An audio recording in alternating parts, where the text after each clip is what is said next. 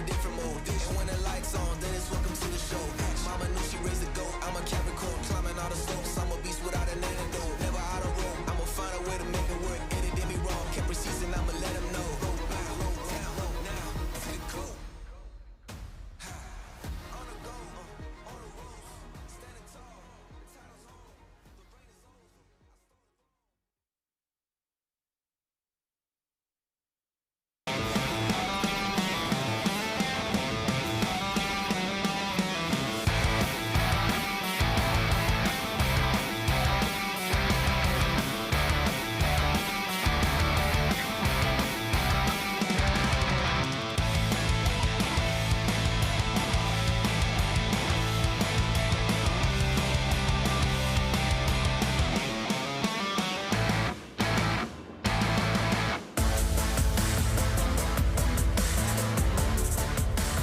The city of Sacramento, established in 1848 and became the capital of California in 1854, home to over 500,000 people and home to our MoonPay XGames 2026 digital show. I'm your host, Craig McMorris. Shout out to everyone watching on Roku. Consider me the mayor of Roku City, alongside Nikki Williams, the Reba McEntire of X Games. She's a survivor. She's been everywhere. She has done everything.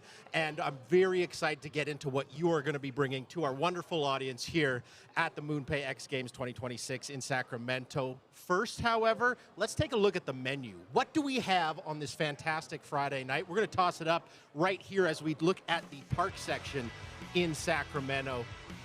Starting things off, men's BMX park. That's coming up right after our pre-show here, followed by women's skateboard park. We got Brandon Graham. He'll be on the show. He'll be calling that. And Moto X Best Whip to cap off this Friday night. We'll also be talking to Colby Raha, who will be in the booth for that. So very excited to bring you all that action in just a moment's time. But first, we bring you back into the studio. Nikki Williams. Nikki, what are you doing here in Sacramento? What am I doing here in Sacramento? Yeah. Thank you for asking, because I was asking the same thing. I'm kidding. I'm kidding. I've been out. I've been among the people. And by the way, well done on the history lesson on Sacramento, Archimedes. Thank you. You know, history and geography, those are my two things I don't mess with. We can joke a lot on this show, and we will, but when it comes to facts, we're not going to joke about that. You said you will be a woman of the people. Are you going to be talking merch? You're going to be talking concerts? You're going to be talking everything and anything? You've basically hit all the spots I'm going to be. I'm out with the people. I just left the crowd out there, which is, you know, they're just filing in. Already, people from all over the country, a family from Oregon that drove 5 hours to get here to bring their kids for their first X Games experience. I always meet the coolest fans out there. And not only that, we got a DJ that's making you move. He's making your body move. I've got some merch. I've got some swag I'm giving out. And I love to hear the stories of all of the fans. So honestly, I think your job of being mayor of Roku City is cool and all, Craig, but I think I have the best job at all of X Games. I heard you have a t-shirt gun. Is this true? I heard I have a t-shirt gun too, but here's the thing. I had that in Aspen, and I went a little nuts with it. So I'm trying to, do you know somebody that knows somebody who can maybe get that gun to me for show? Because I want it back. You are on a probation period. We will acknowledge that right now with the t-shirt gun, but you got the guns too. All right, well, let me not keep you any longer. Let me get you out onto the street, talking to people and giving us those fantastic reports. After you, Nikki. Thank you. Back to the streets, guys.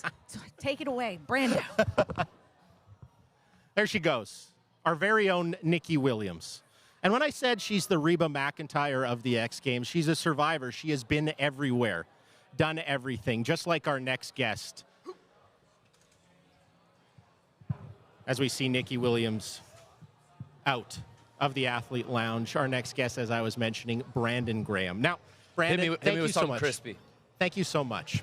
I want to stop. Pleasure's all on this side of the table. I want to stop right now, and I want to bring it down for a second, because Summer X Games has been contested on California soil, 18 times. One of those times, it was 1999. Yeah. It was in San Francisco on June 27th. Yep. History was made. What pier? Pier 39? Oh, there's the boy. Pier 39. There's the boy. A fellow by the name of Tony Hawk did something unbelievable. We'll let you go.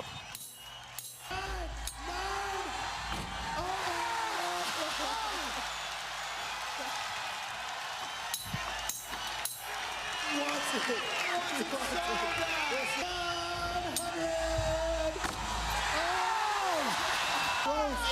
closest I've ever seen in my life, Cody. Oh my goodness. Get the Mooney vibe going. Get him going. Pushing it up. Everybody picture it. Here we go. Feel it.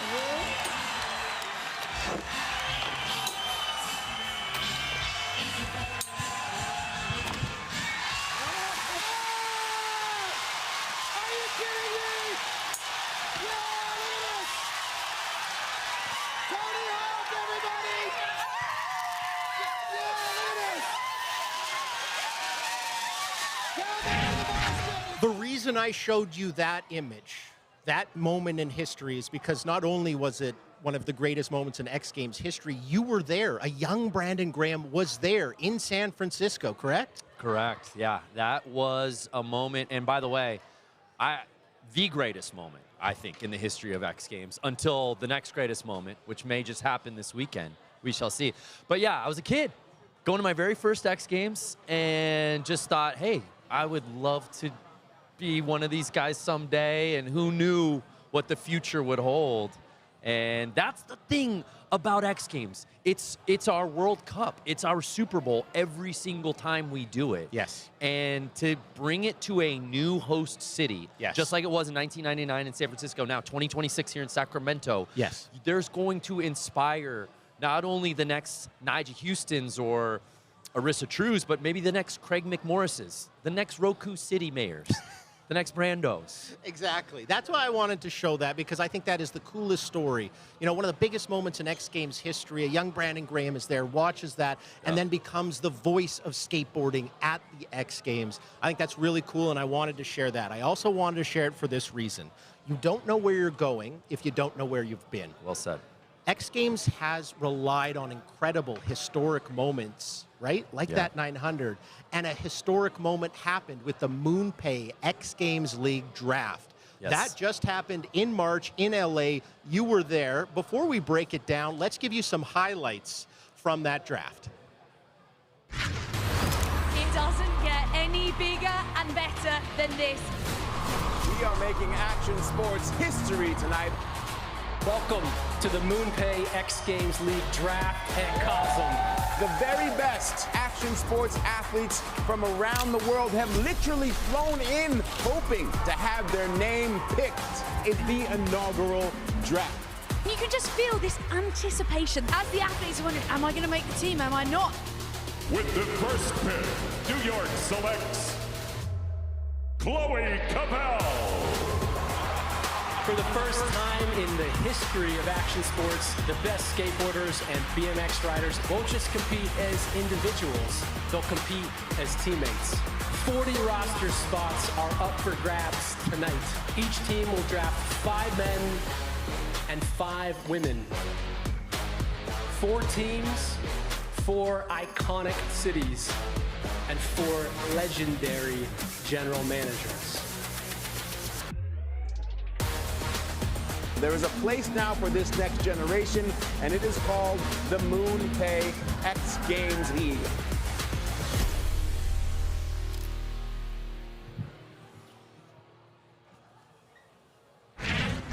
So that was the highlights from the MoonPay X Games League draft that happened in LA. You saw it. You were there. First of all, got to ask, who was best dressed? I'm glad you did. Yeah, let's lead with that.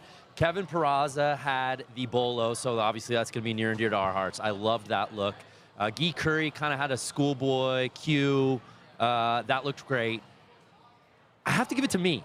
I had this jacket. I was going to say that. And I don't know if you caught a glimpse of it, but it was a floral print, and everyone lost their mind over this jacket. I actually brought it with me to Sacramento. It's 90,000 degrees out here, but I still might just wear it because it made that sort of impact. But yeah, partner, that was extraordinary. You and I love watching the NFL draft, the NHL draft, the NBA draft. To have that version for X Games, which has never been done before until MoonPay XGL completely flips the script and changes the ecosystem of action sports as we know it, and we're out at the Cosm Theater, and to watch that happen, to watch Jeremy Bloom out there opening it up, draft picks walking the red carpet, getting their jerseys. You can see Brando in the Sao Paulo jersey right now. And just to be clear, I love all teams equally. Yep.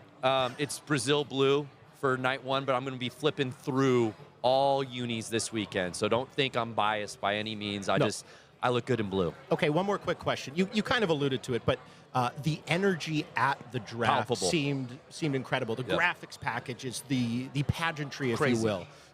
Was it the same in person as it looked on screen? Partner, it was better. I can't wait to tell my grandchildren someday I was there for the very first ever draft. And yeah, it was special. And you could tell the athletes knew something special was happening because, as I said, this is like an NBD, a never been done. And to watch them get to enjoy it because the night was about them. Yes. The events are always about them, but for us to celebrate them and this team format, we're completely changing the landscape of what we thought was possible in our world.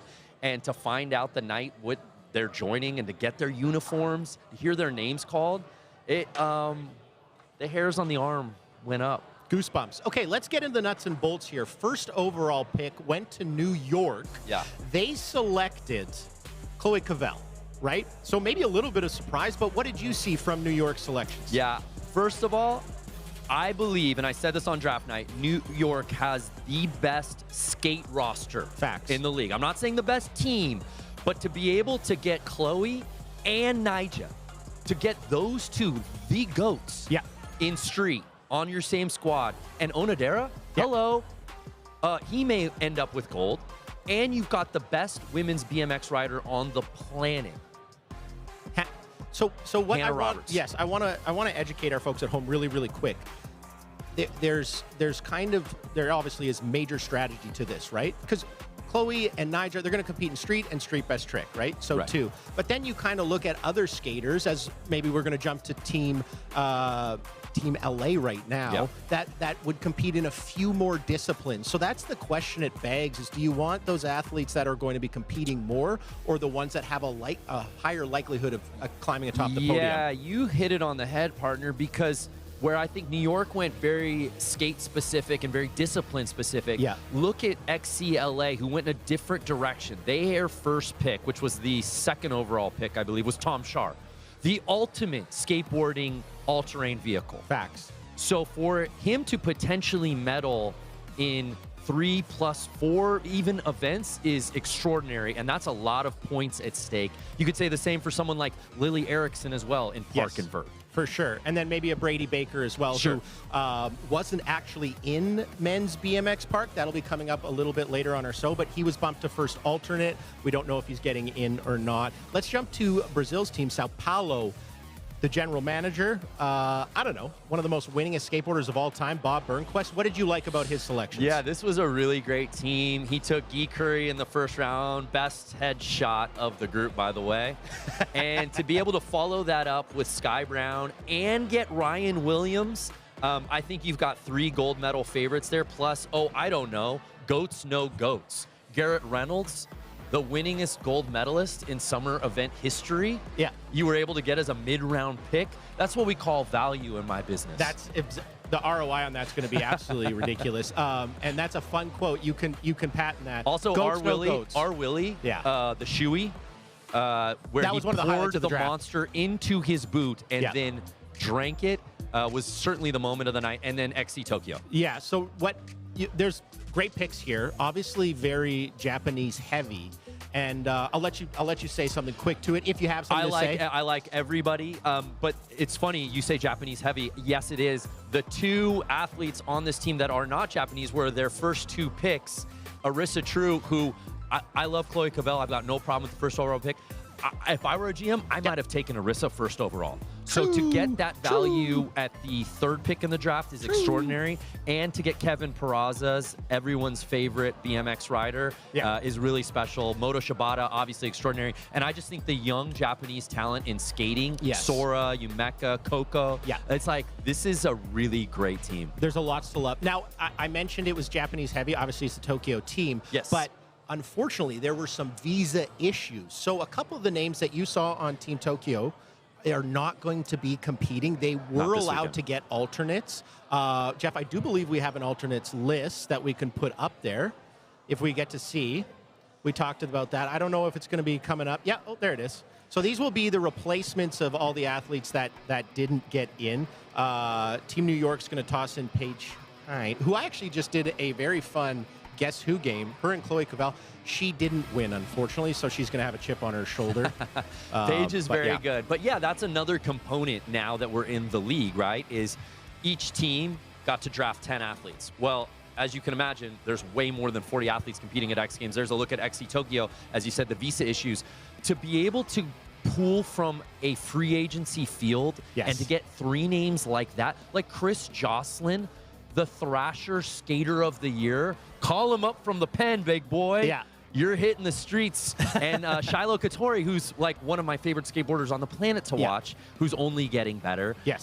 That's really rad that they were able to do that before this weekend. Yeah, for sure. Okay, so that was the alternate list. So some of the athletes that we were talking about on the other clubs weren't able to make it. Those GMs are allowed to bring up alternates. That's who you saw right there. So, Brandon, I think we did a very good job of educating the folks at home on who's on the teams. Now it's up to you folks at home. Scan the QR code and pick who you think will take the lead in Sacramento. The very first stop of the MoonPay X Games League of 2026 is at Club New York, Los Angeles, Sao Paulo, or Tokyo. Scan that QR code, put in your vote. Brandon, I'm going to ask you.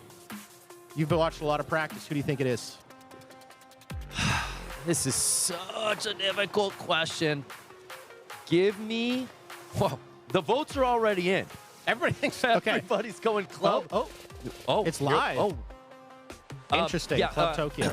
Club New York is actually my pick this weekend. Okay. But that's the beauty of this league, right? Yes. Nothing set in stone after each event. Nothing set in stone after X Games Sacramento, because we've still got 2 more events after that. Of course, our championship in New Orleans. Don't want to put the cart before the horse. No. But this is the beauty of the league, right? Is in a highly lane of individuals. Yeah. Now the team aspect, the fact that you can root for teams, the fact that you can buy merch of your favorite team, and there's some big money at stake too, Krager. $500,000. $500,000 for the winning team. That's some cash. That's some cash. Brandon, we thank you so much for your insights. I gotta go? You gotta go. You gotta call Women's Park. Oh, I do. Yes, you gotta do that. I gotta head to the booth. We're gonna take a step aside. On the other side, we'll have our moto analyst, Colby Raha, joining us in the Athlete Lounge. Don't go anywhere. It's the MoonPay X Games Sacramento 2026 digital show.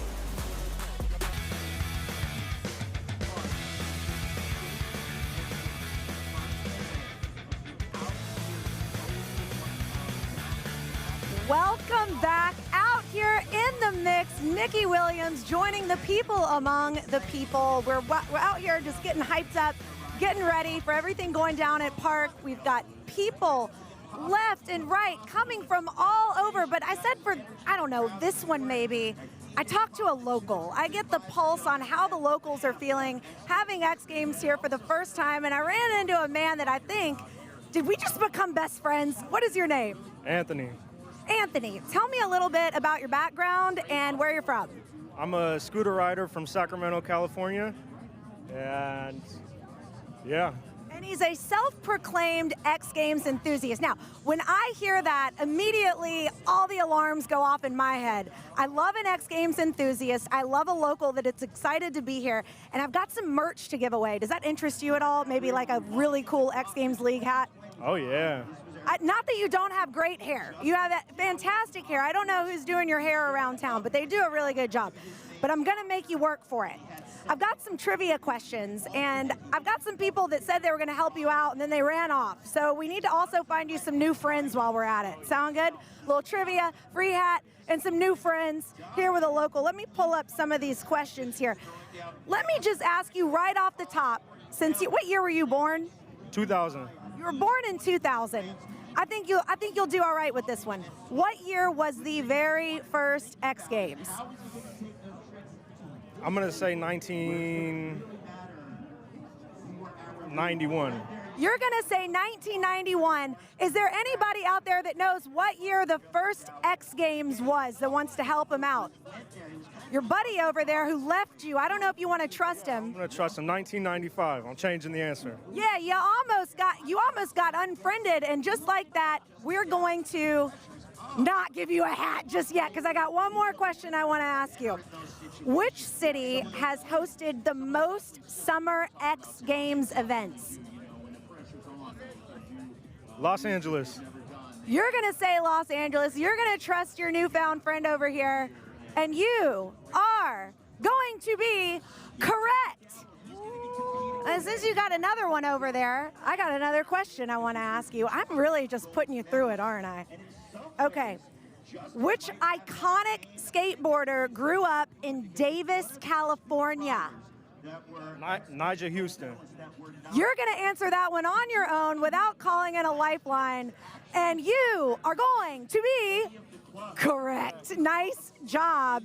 And since you're just on a roll, look, I'm going to give you a hat anyway, but let me see if you can get this one, only because I'm having a good time with you right now. Who did the first 900? Tony Hawk. My man said he's an X Games enthusiast, and I'm telling you, this is like X Games number 950 for me. I've never had anybody get them all right. You just did.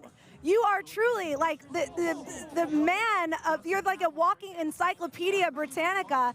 Let's hook you up with a hat. I think it's gonna look really good, and it's a sweet X Games League hat. And you can't just get those anywhere. You got to actually be on foot here at X Games, guys. We've got merch tents set up where you want to get this limited edition merch. And I've got one more hat. And I'm going to give you the opportunity to give this to your friend that ran off and left you out to die there for a minute, and then he jumped back in and helped you. Do you want to keep it for yourself, or you want to give it to a friend? I'll give it to him. Well, where did he go? He left you again. I don't know. You want to give it to a cute kid? I might.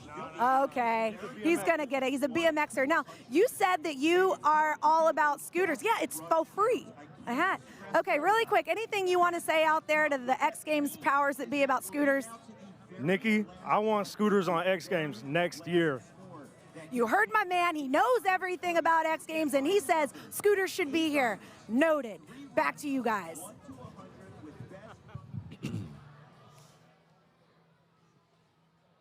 What did we say off the top of the show? Nikki Williams, she's going to get out there. She's going to meet people. She's going to educate you and the fans. Is there anything she can't do? Nikki is a woman of the people. We met her in Aspen, 10+ years ago? 2013. That's why I called her the Reba McEntire of the X Games, because she's a survivor. It's amazing. Yeah, the X Squad. And she just keeps the energy going. Doesn't matter who she's interviewing, who she's talking to. Ball of sunshine. Absolutely. Okay, on the previous segment, I said Colby Raha was going to be joining us. Unfortunately, we can't find him. He is getting ready for his broadcast, and I think it's going to be one of his first broadcasts ever, so maybe there's a little bit of nerves. Maybe he's locking in, but somebody who doesn't have nerves when it comes to brockcasting is you, Brandon Graham. No, that's not true. I'm nervous every time. Really? Truly. You get the butterflies? I have him right this second. You know, back up, though. Colby, I mean, what a legend. Not competing out here at X Games Sacramento, doesn't have an event out here. So to just be able to jump into the booth, to make his broadcast booth debut, pretty special. This is really cool. This is a fun story if you'll follow me. So Colby Raha will be making his broadcast debut here in Sacramento. Yeah. Guess who made their broadcast debut here in Sacramento in 2004 at this very spot? The gentleman that Colby... Oprah. Almost. Oh. The gentleman that Colby Raha will be calling the event with, Jimmy Coleman. Jimmy Coleman, the voice of BMX. Was and out Moto. here, and Moto, of course, at Cal Expo 20+ years ago. Yeah, in 2004. Incredible. That's when he made his debut. Now we have Colby Raha making his booth debut. Well, and sorry, real quick. Let's not bury the lead.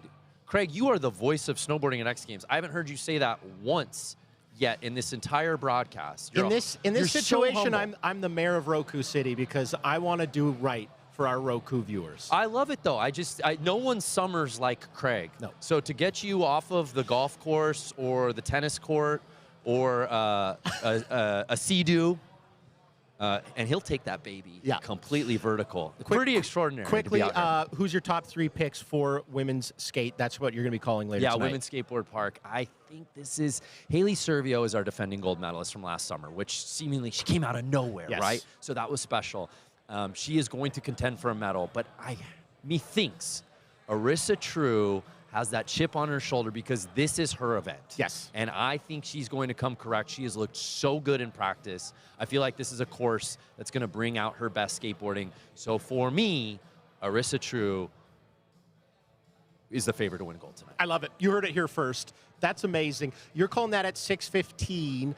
Before that, however, it's men's BMX Park, the first event of the MoonPay X Games from Sacramento 2026.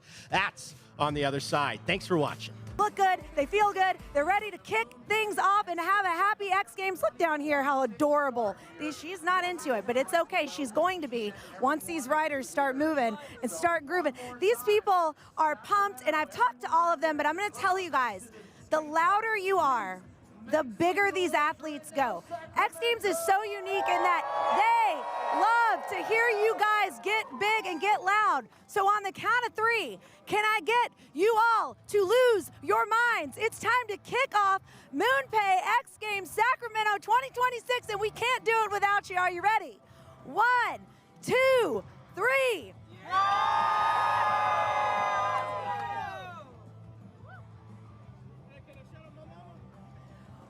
I'm gonna need a little more than that. You can't just do that and then stop. Sacramento, I'm just getting you warmed up, okay?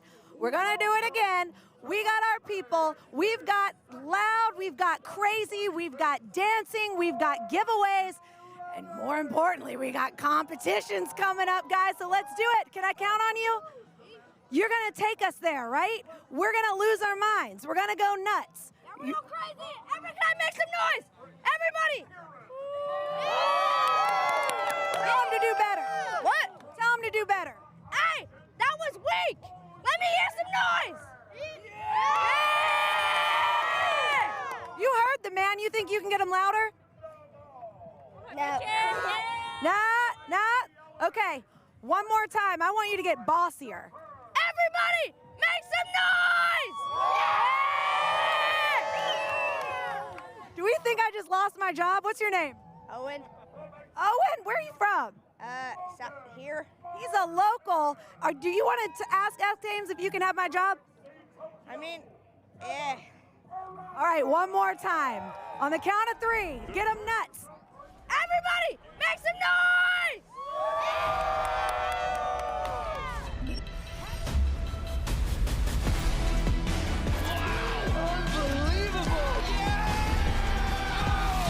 To the moon. Summer X Games, it doesn't get much better than this.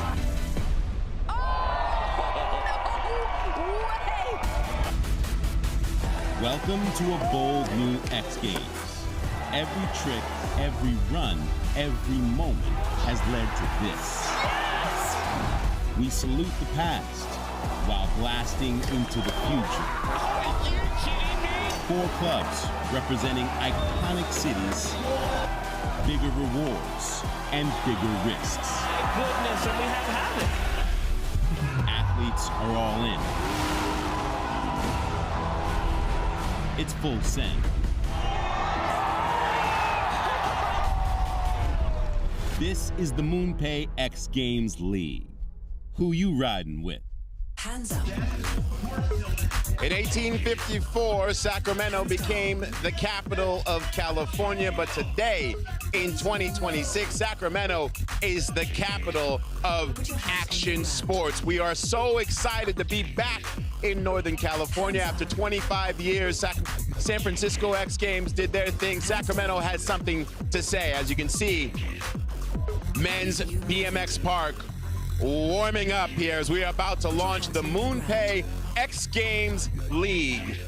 Hey everybody, Salema Masakeli here on night 1 of X Games, and for 30 years, X Games has created individual legends. You know the names: Hawk, Mira, Pastrana, Buffoni, Sheckler, to name a few. All X Games Hall of Famers. Action sports globally recognized because of them. But today, a new era is beginning. For the first time ever in action sports history, the world's best skateboarders and BMX riders are competing on professional teams at X Games, earning a salary with a fully funded season. Not just competing for individual glory, but for their teammates, for cities, for a championship. So with a new generation, new names: Sky Brown, Arissa True, Chloe Cavell, young Guy Curry, Emma Kawakami. These youngsters all going for it on 4 clubs, 4 iconic cities for 1 championship. The road to New Orleans starts now. One of these clubs is gonna not only lift up a trophy, but they're taking home $500,000 at the end of the season. The first champions ever on the MoonPay X Games League. So you might be wondering, what did this all mean? What's going on for the next few days? I'm gonna take you there right now and give you a schedule of what you can look forward to over the course of the next 3 days. Tonight, men's BMX Park, women's Skateboard Park, Moto X Best Whip, and then tomorrow and Sunday, you see the schedule will be on ABC, ESPN, as well as Roku and Kick. A couple of months ago, we had a draft. And at that draft, the 4 clubs, Los Angeles, New York, Sao Paulo, and Tokyo, they all selected 10 athletes, 5 men and 5 women. The team at the end of this 3-stop season with the most points, they are going to split $500,000. We leave for Chiba on Tuesday, New Orleans in a few weeks, but again, Sacramento is where we are right now. And here's how we got here at the draft. Sao Paulo, which is headed by the legendary Bob Burnquist. He's that manager. Of course, his first pick was Guy Curry. He also has Ryan Williams, unafraid to do the shoey. And how about Sky Brown, the powerhouse in women's skateboard park? The New York team, headed up by the legendary skateboarder Steve Hernandez. Chloe Cavell was the actual first pick overall, and her childhood hero, Nigel Houston, joins her. Over to Los Angeles. They were so excited to pick up Brady Baker, as well as Liz Akama. Charlie Hazen is that team manager. And then there is Team Tokyo. Arissa True, half Japanese. She was so stoked to make it on that team, as well as Kevin Peraza, who already has 8 gold medals, looking to get into 3 here. And speaking of Kevin Peraza, it is time for us to head over to men's BMX Park. Peraza, Christopher, Martin, they are the big stories, but Logan Dowell has something to say. A little chip on his shoulder over there, Jimmy Coleman.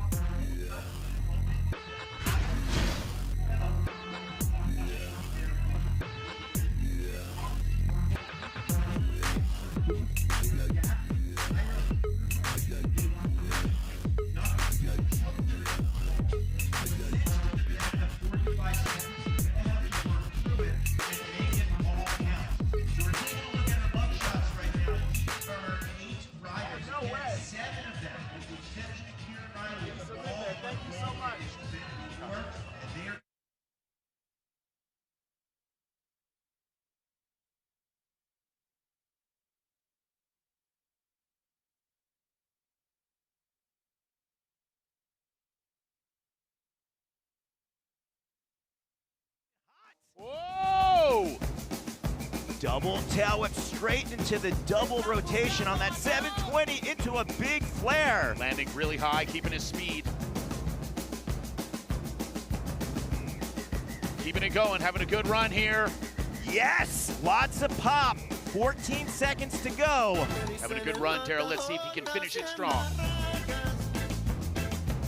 Nice air float, looking for a big finish. Backflip bar spin, he's got a few seconds. Final thoughts, flare, catching it nice and clean. And another great full pull without a fall, Darryl. Some amazing tricks. I'm sure he's gonna have a great score as he gives a great wave to our building crowd out here.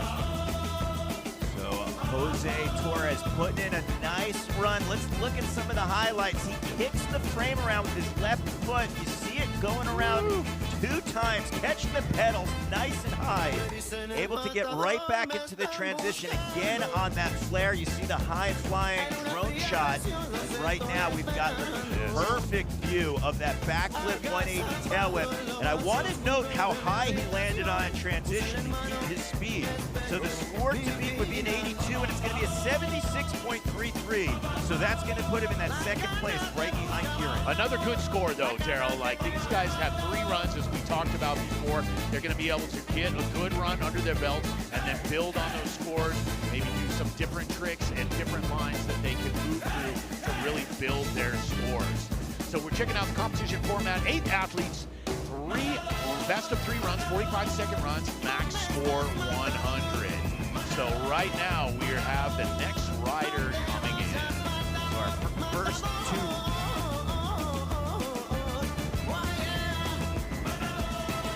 So our first 2 riders were free agents. Our third rider, you see, he is representing the New York colors. He has won X Games Park twice before with gold medals. Put it together for Daniel Sandoval. Here he goes. Sandoval starting things off. Yes. Wow. Nice 3-piece combo. Huge. Coming back at us with the downside 360 tail whip, big no-hander. You can see in the dugout, team at New York is cheering him on right there. Absolutely, getting some major speed coming through the corner here. Build in and looking to put the gas on. Ow. Sandoval kicking it back with the double tail whip.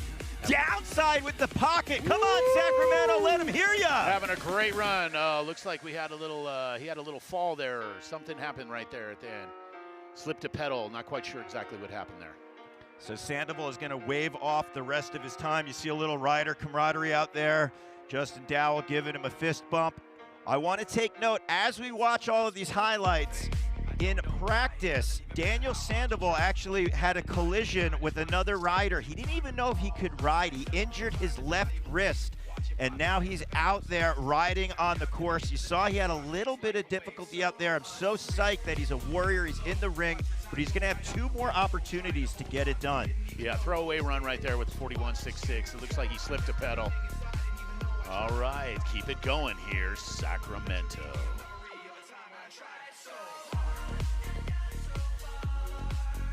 Our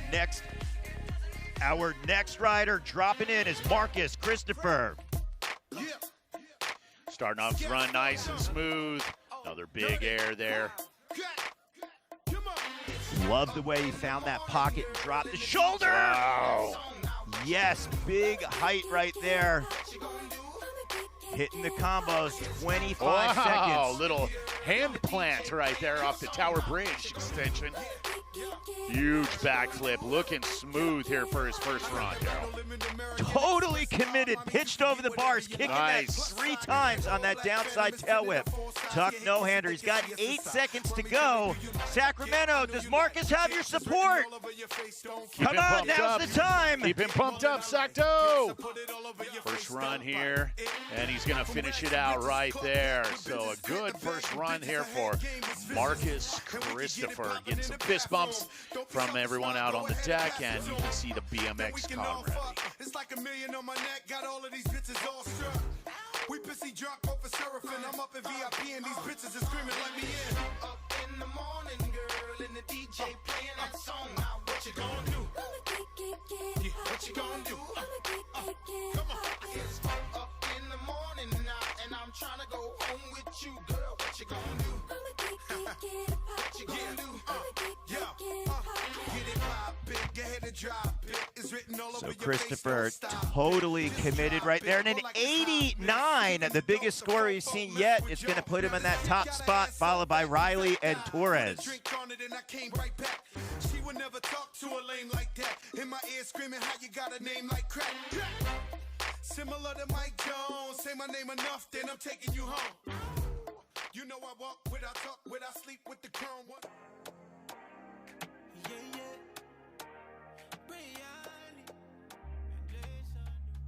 Christopher representing LA. You can see the colors on his shirt with that big run.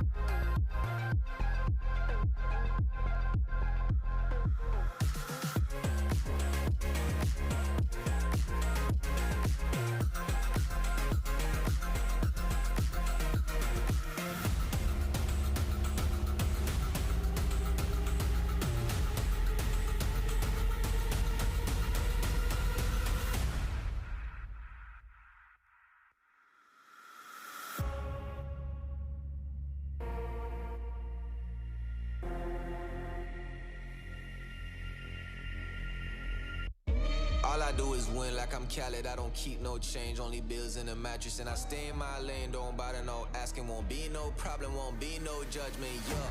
Here comes the boom, I make space in the room. I got plans to erase you, plans to get you. Let's do what you gotta do, I can't ever lose. I'm unloading this pain just to get to the loop. Can't ever lose, I'ma get to the loop. I'ma get it. Yeah. I'm in that mode again. Back in that mode again. To be a winner, yeah, gotta do what winners do. Fast to put the stats forward, even when it's difficult. I put my lands on, then I'm in a different mode. And when the lights on, then it's welcome to the show. Mama knew she raised a goat, I'm a Capricorn. Climbing all the slopes, I'm a beast without an antidote. Never out of road, I'ma find a way to make it work. Any did me wrong, kept season, I'ma let him know. Roll back, roll down, roll now, take go. On the go, on the road, standing tall, the title's on, the rain is over, I stole the throne. It was praying hard, but I was praying longer. You did me wrong, so I played it smarter. Now I paid off, see me living larger, like my new car. Gotta push it started, don't care who cross, yeah, live the target. Yeah, I'm right above it, in the woods, high in the sky. Yeah. All I do is win like I'm Khaled. I don't keep no change, only bills in a mattress. And I stay in my lane, don't bother no asking. Won't be no problem, won't be no judgment, yeah. Here comes the boom, I make space in the room. I got plans to erase you, plans to get you. Let's do what you gotta do, I can't ever lose. I'm unloading this pain just to get to the loop. Make way, make way. Time for the winners. This the GOAT status, and most don't have it. Living all lavish, wrist don't panic. Got trophies in the attic, some kind of magic. Possessed by the passion, attracted like a magnet. This the GOAT status, most don't have it. Living all lavish, wrist don't panic. Got trophies in the attic, some kind of magic. Possessed by the passion, attracted like a magnet. Yeah, winner, winner, Capricorn, shine. It's that time. We the GOAT, we the winners. We the one with the banners. We got trophies in the attic, got a soul on the winners, and we never gon' pass it. Go.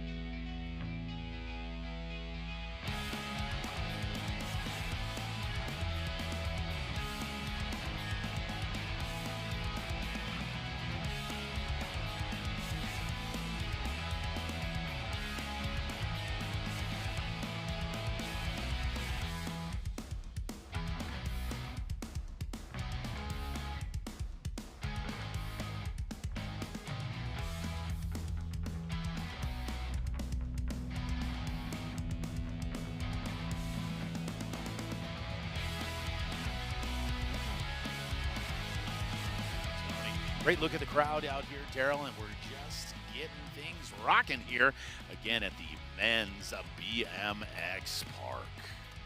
Yeah, one of the best events in all of X Games. I know I might be a little bit partial because I'm a BMX rider and I'm also a fan of Park, but I know all of our Sacramento fans are going to be BMX diehards after they witness this competition, because we've already had a couple of riders drop in, but it's going to be 3 runs.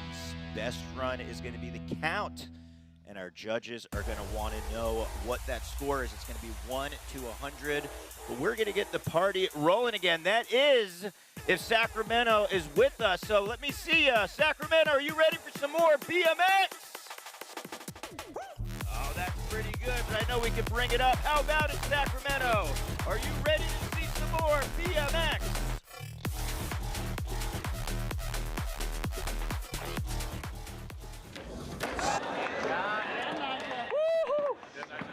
Let's go.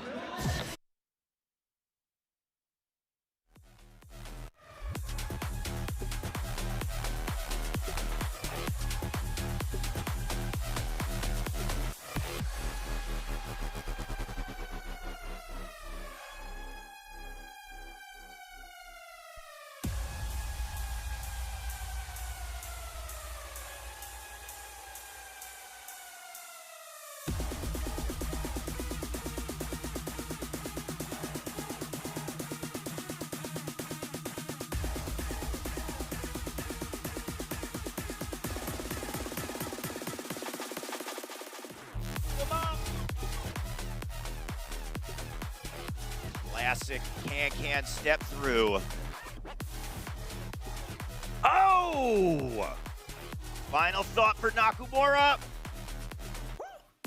Phew. Nice, great run there for Nakamura, coming in all the way from Japan, and just waiting to see what the judges are going to reward him with. And we had a little bit of a break there, Daryl, so as we look at the replays here, what does it do when these riders have to wait for a minute to take their run? It can be challenging for a rider because so much is making the impossible possible, and you got to get in that right mindset. But our fans out here and DJ Tony Rojas pumping the tunes. You can see that Rimu Nakamura was not phased, but he did that backflip, bar spin, tuck no-hander, putting the bars in his lap to balance out the bike. And he had a lot of height here as he kicked that bike around 3 times, finding the pedals.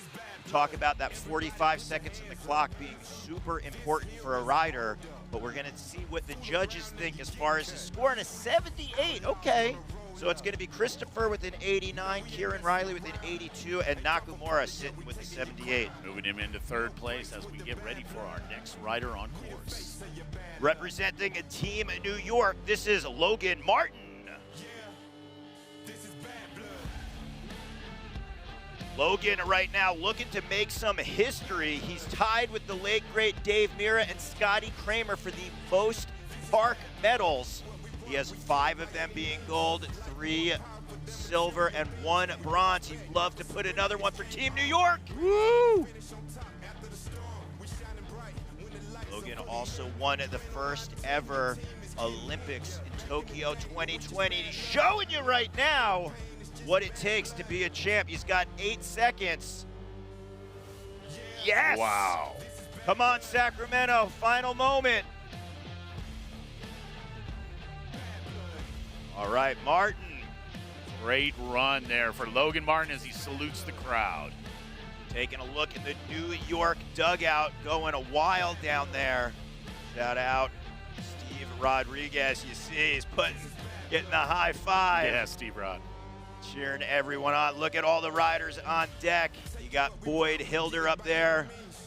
Downside, double tail whip, perfect execution, showing you just how crispy it can be. Catching the transition as well on that Spox, able to keep that momentum and flow.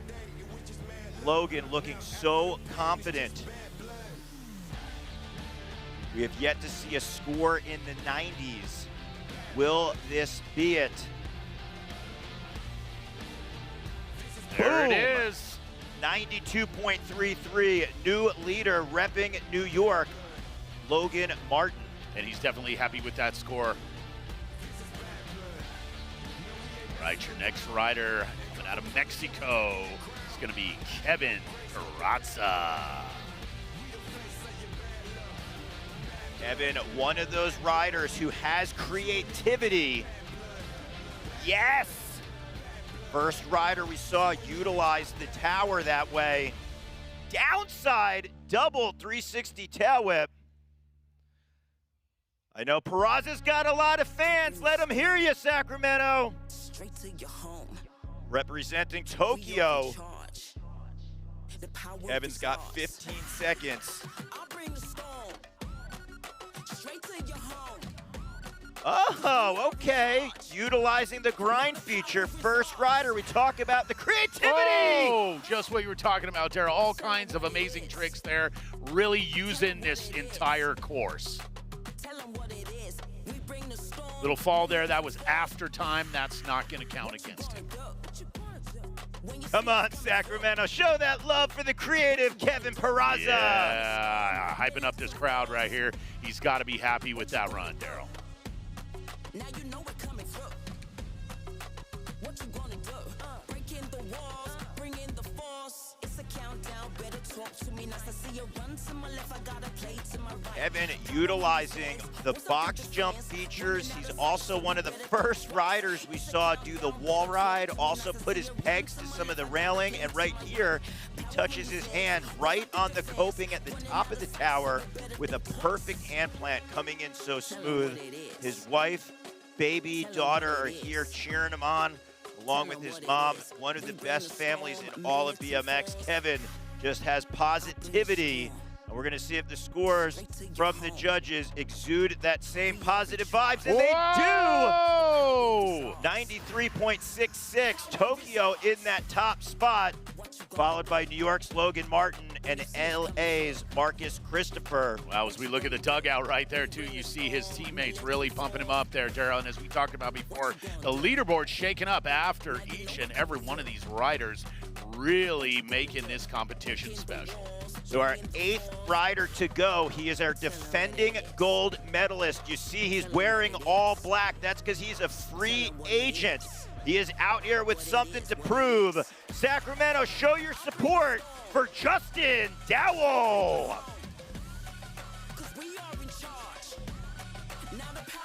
Yes. Dowell with the 360 and 3 bar spins. Looking solid with 30 seconds on the clock. Sacramento, are you feeling Dowell? Let him know. Yes! Dowell on fire, cutting the corner. Wants to let his riding speak for itself, and he is doing it with a solid. Just a few seconds left. See if he can get this course online here. Yes! Final thought. Oh, give it up, Sacramento! Great wave to the crowd right there. Dusting himself off. Daryl, another amazing run here. So Dowell charging.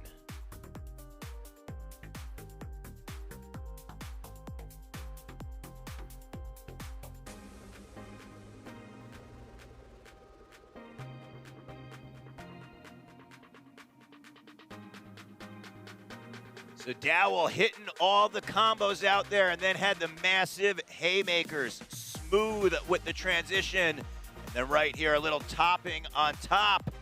The cherry on the sundae. The flare turn down, look back. Will it be enough? The score to beat is a 93.66 held by Tokyo's Kevin Peraza. And whoa! Boom! 95.66. Look at that. You see him grabbing the free agent's color of black, saying, "What's up, clubs? You should have thought about drafting me." That's what he just did on the course. And said, look who's in the lead now. You don't see any other club. You just see the black. The free agent rider, Justin Dowell, sitting in that top spot, followed by Kevin Peraza, Logan Martin, and right outside a podium is Marcus Christopher. For this leaderboard to shake up, Daryl, you're going to have to be up in the 90s for these next couple of runs.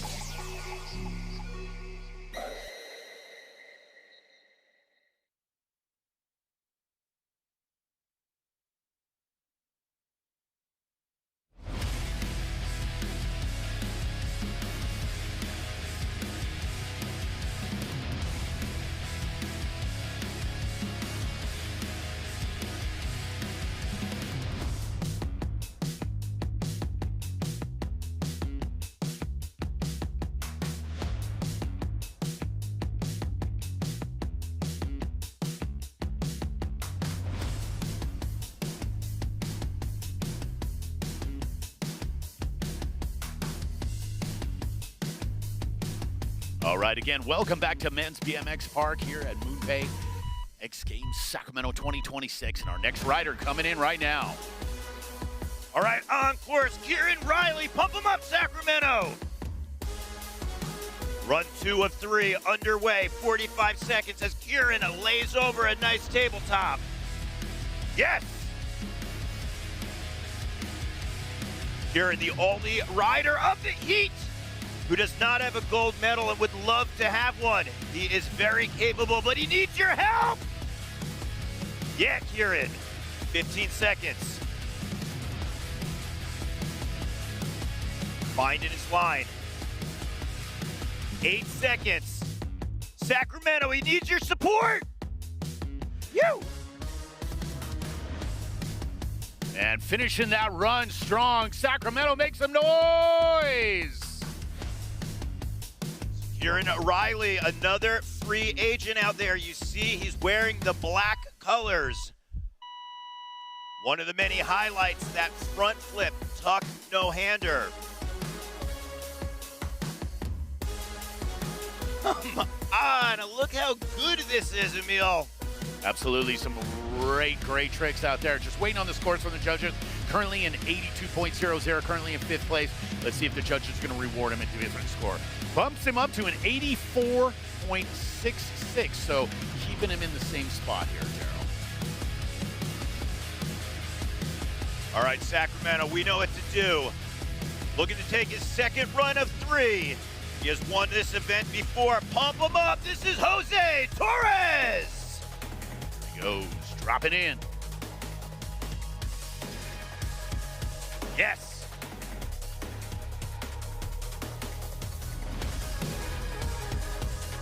Look at the flow, a lot of speed. Boom. Oh, so good.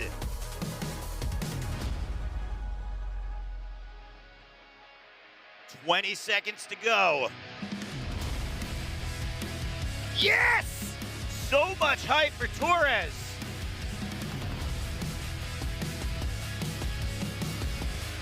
Final 7 seconds. This is an Olympic gold medalist. Let him hear you! Yeah! Finishing that run very strong right there. Some amazing tricks out there, Daryl. And I'll tell you what, Sacramento, we're going to see a great score from him as he salutes the crowd out here in Sacramento. So Torres riding in black, another free agent, showing you why he has won gold not only in X Games Park, but also in the Olympics. So much height. That is one of his specialties, and you saw that on that tail whip flare. Just waiting for the score. Currently in 7th place right now with a 76.33. And it's going to bump him up 1 place with a 78.33, so bumps him up into 6th place there. They're building on the scores that we talked about earlier.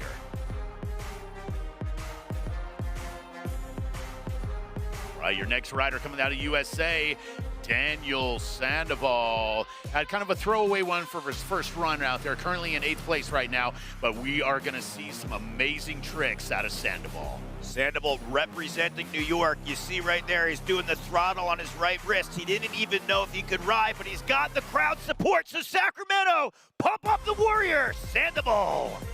Yes. Yeah, Daniel. Linking the big airs, landed a little low, but he's got it recovered. Sacramento, let him hear ya. Charging in, pulling it back. Bam! Yeah, Daniel.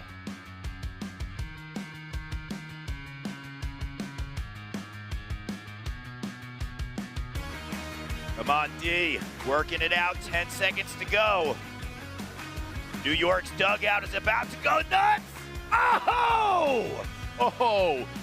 Massive, massive air there. Comes down, can't quite land that as he salutes the crowd right there, Daryl. But that was a huge trick. Yeah, Sandoval, such a warrior of BMX. As we mentioned, he didn't even know if he could compete because of his wrist. He had a collision in practice, and he is showing up big for his club. Look at New York being represented, going for that double flare, trying to spot the landing right there and bring it right in. Not able to get enough juice. Thankfully, he's walking away from the course, and he's going to have a third and final attempt. That's right, with his 41.66, bumps it up to a 56.33, so still keeps him in the same place, 8th place, as he's, getting some win there. Talking to R. Willie, getting some advice, and, the camaraderie that we talked about as well, Daryl.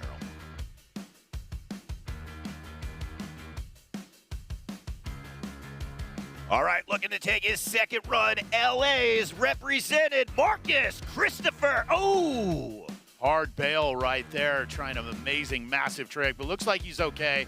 I don't know if he's going to keep rolling with this or if he's going to just call this one. He's just going to call this run right there. It's really hard to recover when you bail on the first trick there, Daryl, but these guys are definitely professional athletes out there, so we're going to see him for his third and final run, just with a 5.00 on his run number 2.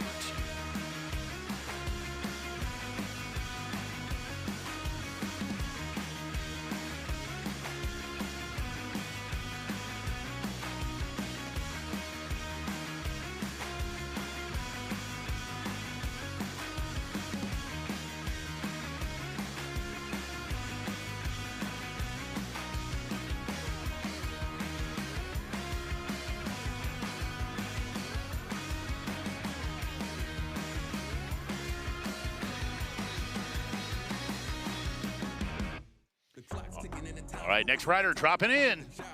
Rim Nakamura, known for going insanely high. Coming all the way from Japan, representing Tokyo. Sacramento, where are Nakamura fans at? Let them hear you right now. Woo!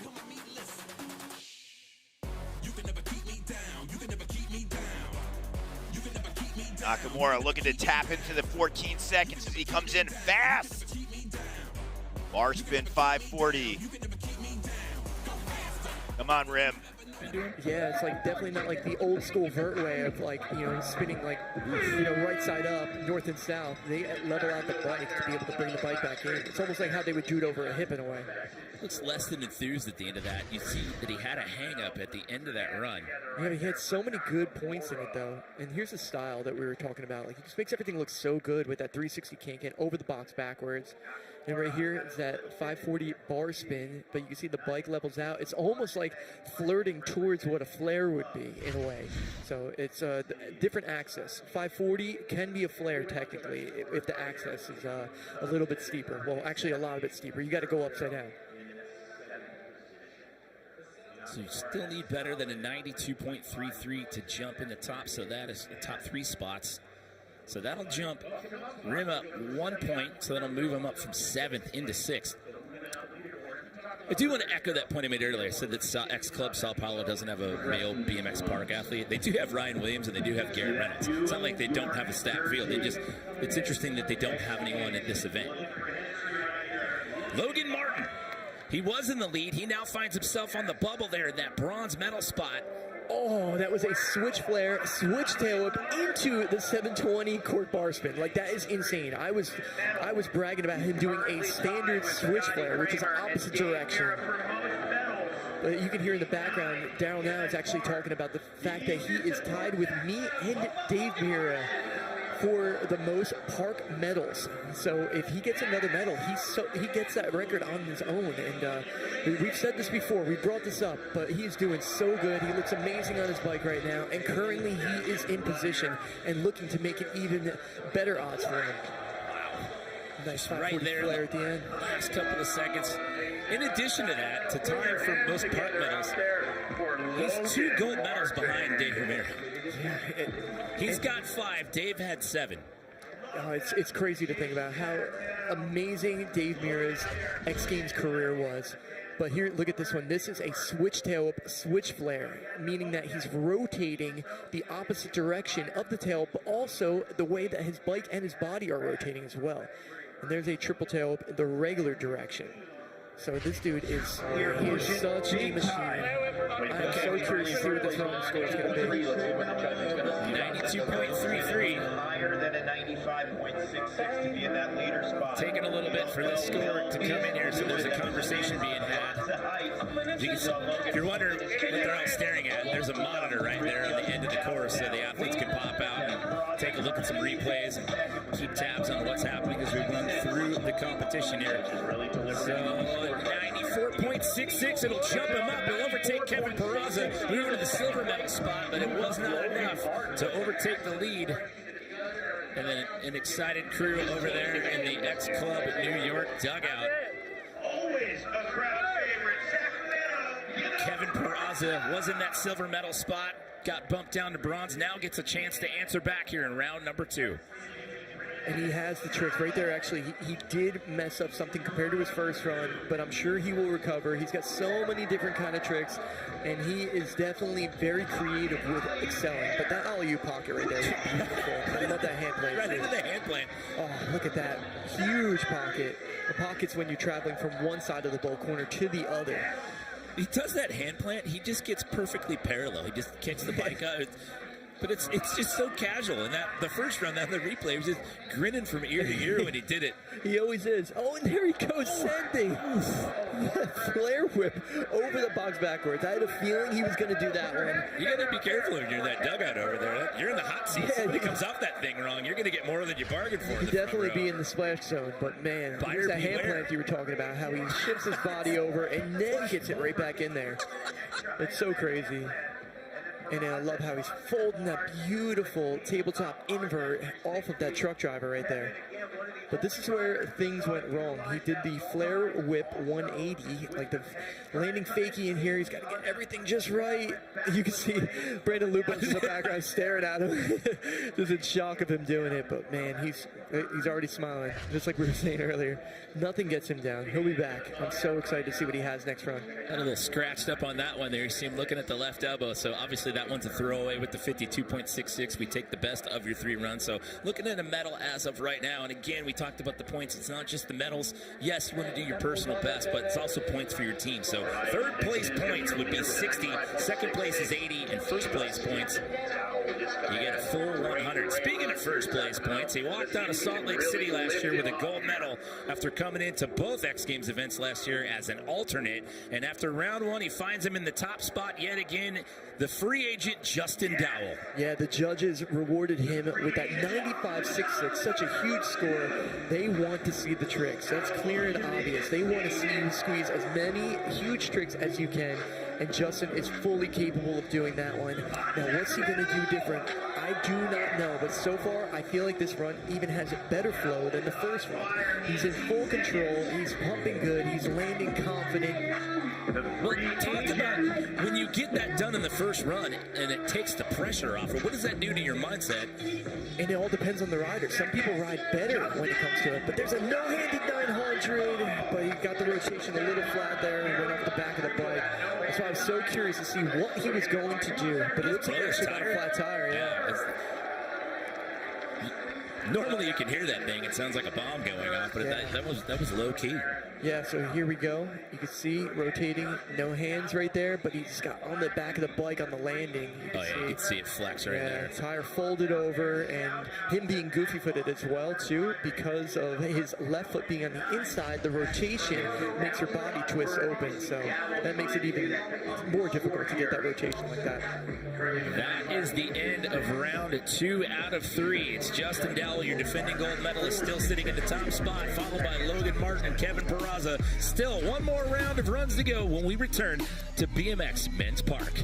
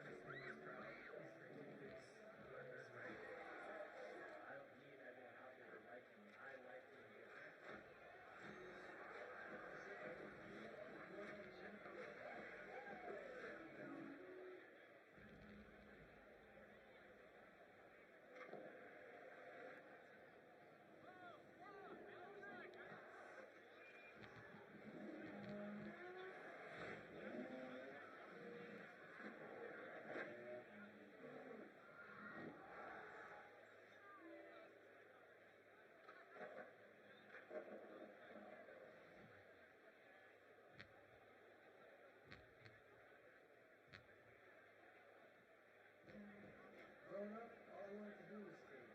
I used to watch X-Games and feel about being in the day. That's when we brought me to LA. Mix of everything, every day is enough chance to get better.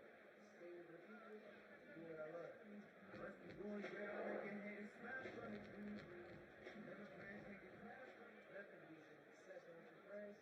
Keep it back and enjoy the moment. Either way, it's exactly where I want to be.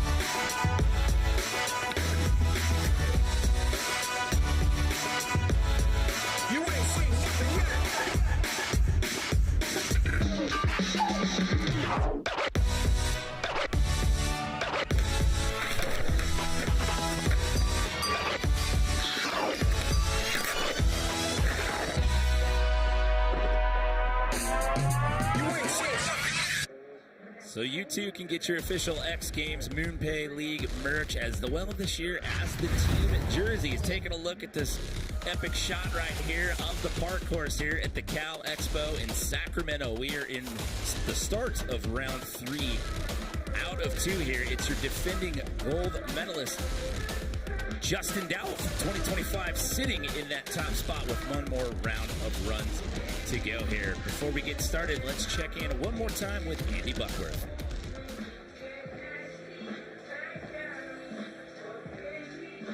Logan Martin is an absolute master of climbing the mountain of adversity. It was only 2 weeks ago he was in hospital with pneumonia. He came to America early to get some extra practice in, and he tore his MCL. And then he bruises his heel. It's almost like he rides better under the pressure, because he just came out here and done one of the best runs I've ever seen with that switch flare whip, followed by the 720 bar spin. Logan Martin is one of a kind, and that's why he's my top pick to take the gold medal. Well, what's going to happen here now is we change up the run order in the third and final run. So if you were in the lead, you go second to last. So that means Justin Dowell is going to go second to last, and Logan Martin is going to get to round out the order here when we wrap this all up at the bottom. So he will get the last chance to say, hey, hang on, it's not over yet. This is the top of the order. We do it one last time. Third and final round of runs. It is the best run that counts here.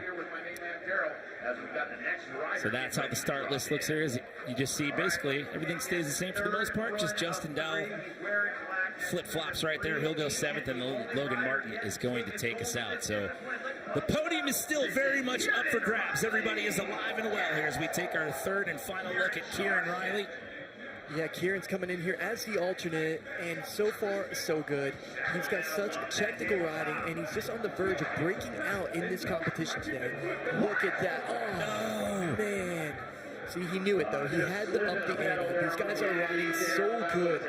And that quarter pipe that he tried that on is such a steep quarter pipe. So to go straight up, straight back down on that, doing that is insane. You know, it's frustrating.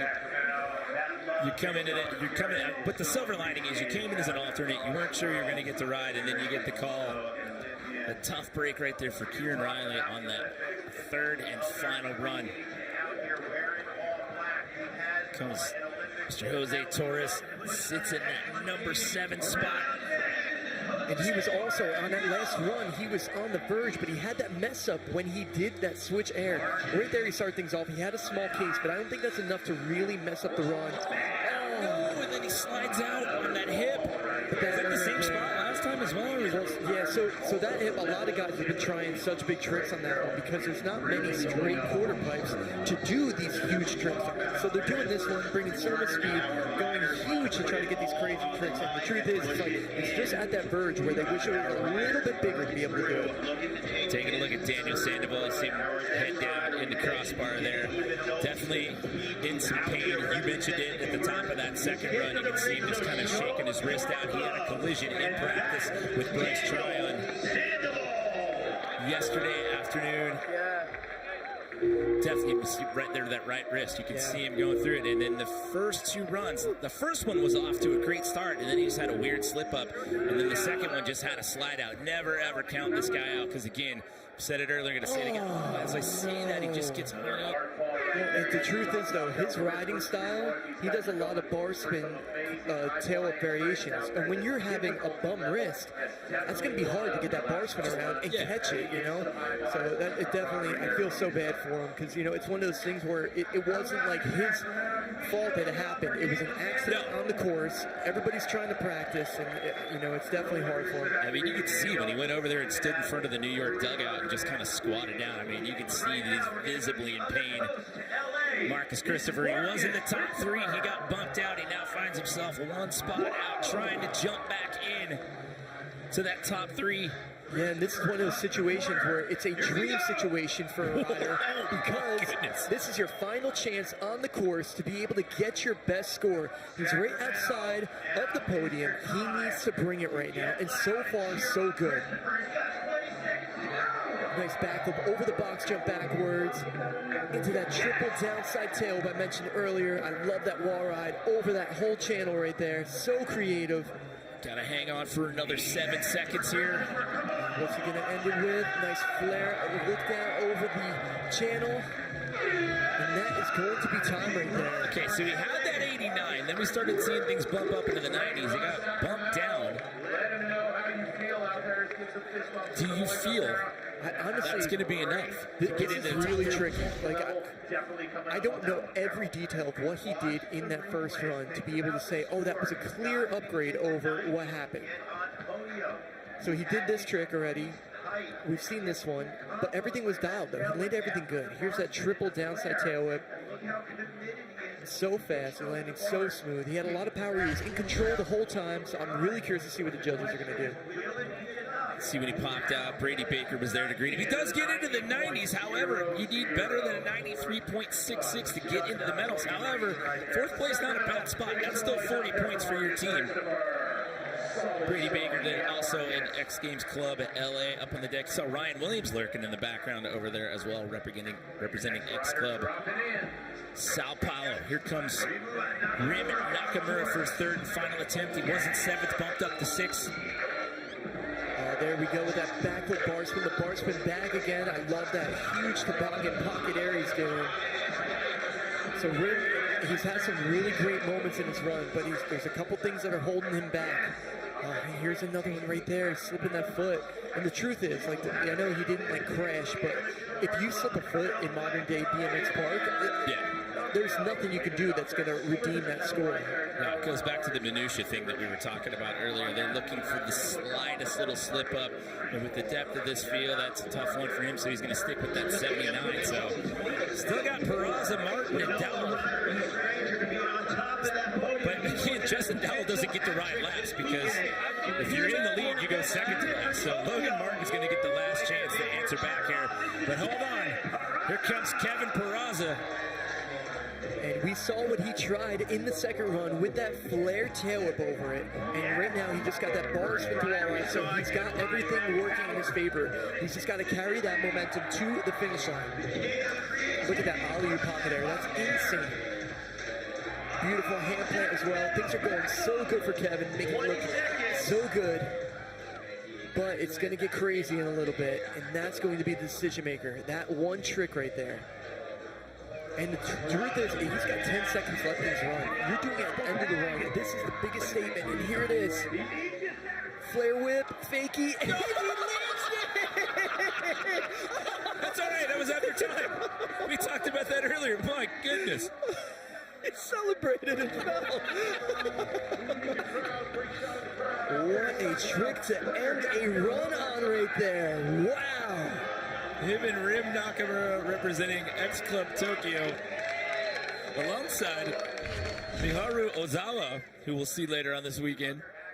Look at that style, though. The fact that he could do both, right? The crazy tricks, the huge combinations, like landing fake. Stuck his tongue out that time. That's 3 for 3 on photo ops, mid-hand expression every time. But this is the banger right here. That changes everything. That trick is unbelievable. Nobody does that besides Kevin Peraza. Watch the reaction from his dugout, because he lands right in front of them. Tokyo's right there. Look at him. They're all like, what? And that's why they drafted him for moments like that. Ruby celebrating. Ruby was fired up right there. That's their team manager over there for X Games Club Tokyo. All right. Sure, this is a tricky one right here. I'm so curious to see where this puts him. Well, with 2 left to go, we know who's going to be on the podium. There's your leader on the right. No one else did. You can see your current leader, Justin Dowell, at 95.66. 94 to bump it up, and it's going to leave him in the bronze medal spot. Hey, you know what? He's got 3 events he's riding in this weekend. Guess what, Kevin Peraza? That's 60 points. You just earned the first points for X Club Tokyo right there. Unbelievable. That run was so good. And that's why everybody loves Kevin Peraza at BMX. All right. Your current leader, your defending gold medalist from Salt Lake City last year. In the last round this year, you have to go second to last if you are in the lead. Justin Dowell. He had such a good run. I love that triple truck over that 540 no-hander. Only guy doing like huge 540 no-handers like that in BMX. Nice flare in that pocket. Nice 540 flare. Like I said, he did 900 in both runs, and one was inverted, one was more flat. He's got the ability to cram in so many tricks. He's so good at designing runs, but it all comes down to what he's going to do on this last hit right here. Here we go. 900 no-hander, and he lands it that time. And look at that, finishing right there at the buzzer with that flare look back. Wow. Well, he wanted to make a statement. He did that in round 1, and then he had a flat tire in round 2 after a fall, and now comes back and puts together another epic run. And we knew it was going to happen. We knew he was going to bring his A game. And we have to bring up a point here, but I'm going to wait till we get to the replays before I throw this out there. Yeah, we'll go over the replays. I'll show you guys a couple of tricks. Here is a truck to downside tail whip. He's actually rotating the rest of that 360 with his body and kind of leaving his bike in place. But this is the trick that he fell on in the second run. That no-handed 900 coming around, not favoring the back wheel like he did last time, able to put both wheels full pressure and right away. Okay, here's the point I want to make. Free agency, yes, you can't just go drop somebody and go pick up somebody off the waiver wire. If you have someone that can't make it, oh, a 97? What? Oh, are you sure they can't drop people and pick them up on the waiver line? I'm sure there's a lot of them looking at the rule book right now. Hey, it's on page 17. You can't do it. Wow. If you have someone that can't make it to an event, you can pick somebody up to replace them for that event, but you can't just go and replace somebody on your team for somebody else. But if anybody is going to go last after a 97, it's this guy right here, Logan Martin. 97! That is a huge score right there. Look at that, doing that underflip whip. Look at that flare downside whip. This is so good right now. Yeah, that was a monster score, but this is far from over because if there's anyone who can do it, it's Logan Martin. Look at that. Yeah, the speed, the height. Oh, I love that. Inverted 360 invert right there. Football, what's he going to finish with? He's got to finish with something huge to compete with a 97. Double flare. No, he gets away from it. Wow. The way they looked, I thought he was going to maybe wash out, but he put that right, the buzzer beater for Logan Martin. Yeah, the machine rarely washes out. He figures out a way to do it. That was huge. I have a headache right now. That hurt in a good way. Can you imagine the headache the judges have? Yeah, and again, this is a guy that got banged up in practice when he got here to the States at Brady Baker's house, and he was hospitalized with pneumonia last month, and he's riding like this. The tricks were unbelievable, and the volume, the high, just the height of everything he did was just insane. But that last trick was just so good. Here he goes. That double flare coming around. Look at the boom. He's like, and scene. Oh, his teammates over there inside the XGames NYC dugout. That's your number 1 draft pick right there. That was Chloe Cabell. Loving it too. She was the first pick overall in the entire draft, by the way. So just throwing that one. You're going to hear a lot of stories about that draft, but number 1 draft pick overall right there and on this guy's club. But what's the score? I don't know. I did it. I threw you under the bus in the first one. I was like, walk the plank, and it's going to be a 95.66. But Justin Dowell, back-to-back gold medalist, and he's a free agent. Redemption. Messing up the points there as a free agent. That is unbelievable. Yeah, you don't pay me in best trick.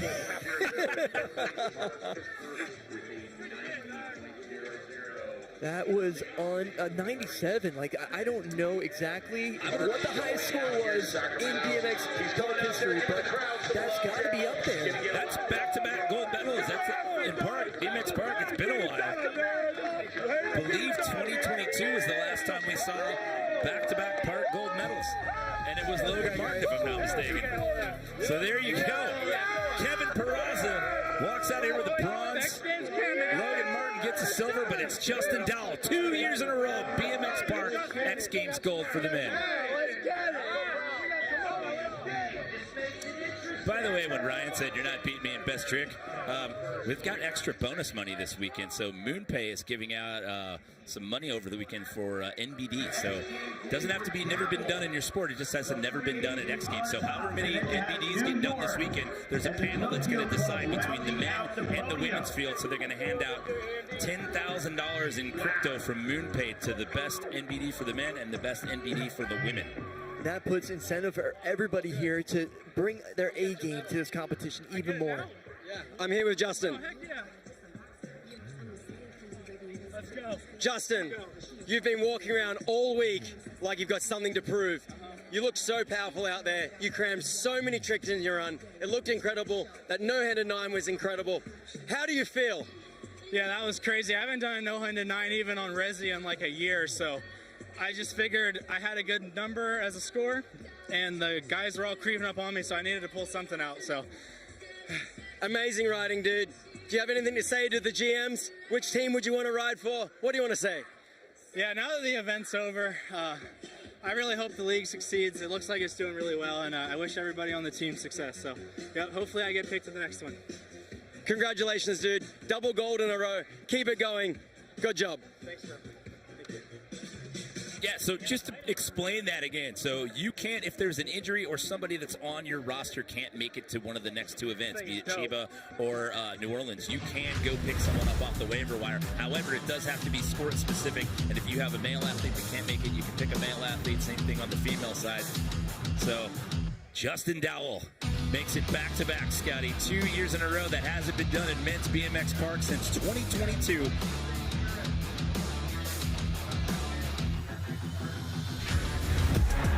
MoonPay XGames Sacramento is underway. Coming up later, Vicky Golden competes against the men in Moto X Best Whip. But first, teen sensation Arissa True begins her quest for 3 golds at 1X Games. Women's Skateboard Park next. And tomorrow, the GOAT, Nigel Houston, battles 16-year-old phenom Ginwoo Onodera in Monster Energy Men's Skateboard Street. And in BMX Park Best Trick, defending champ Kevin Peraza takes on X Games Wild Child Ryan Williams. Don't go anywhere.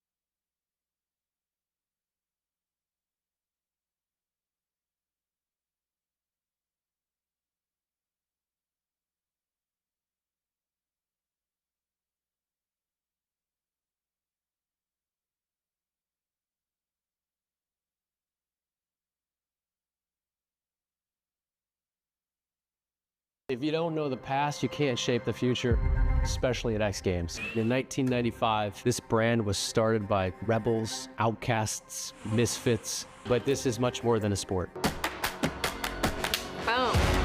Knowing what it feels like to fly, you're trying to defy gravity the whole time. Now, today, 30 years later, because of X Games, these are globally recognized sports from the Olympics down. Now, X Games becomes this new narrative, which is turned into a league. You have to pick one teammate right away. Who would it be? Sky Brown. It's my first time tying a tie, to be honest. Action sports history tonight, the MoonPay X Games League inaugural draft. There's like so many great athletes here. 4 iconic cities. 10 athletes per team, 5 men, 5 women. $5 million this summer is on the line. We're doing 3 stops in the summer. Sacramento. The next week, we're in Tokyo. And then the Superdome in New Orleans for the first ever season championship. You're a part of this organization. We don't just look at you as an athlete now. You guys are the new pioneers to shape the future of the X Games. You're going to be having a team backing you in your corner. You know, it's just something so different to us. As in before, it was like, you're here on your own and make it or break it. Of course we want to win. What would be the point of all of this? Be like, I hope everyone just has fun. Yeah, I do. On the podium, celebrating a monumental victory. Yeah. Well, welcome back to day 1 of the MoonPay X Games League. A nice shot of Old Town Sacramento. We were there last night having some good food. Tonight we are partying as we just got done with BMX Men's Park. You see Women's Skateboard Park. They are in practice mode. And we got some standings for you, some points on the board here in the inaugural MoonPay X Games League. New York sitting on 80 points, and X Games Tokyo with 80, Los Angeles with 40, and Sao Paulo sitting on the goose egg for now.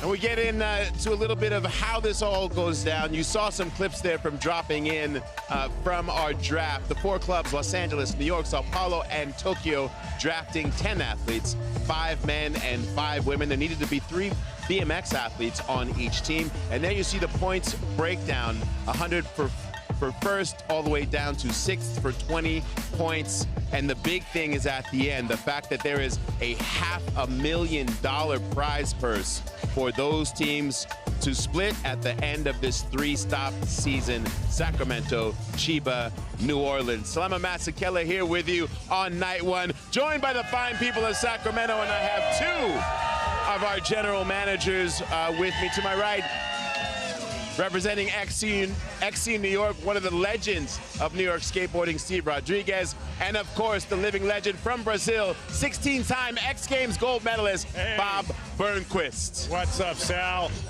Gentlemen, we're in the new era. It's crazy. I was watching your best trick clip this morning from 2001, the legendary fakie 5-0 kick flip out, and to think that we're sitting here 25 years later, and now you and Steve Rodriguez, a cornerstone of New York skateboarding, you guys are helming the next chapter with this MoonPay X Games League. Off the bat, what was going into your minds on draft night for the first time when you're in manager mode? You want to go first? No, go ahead. All right.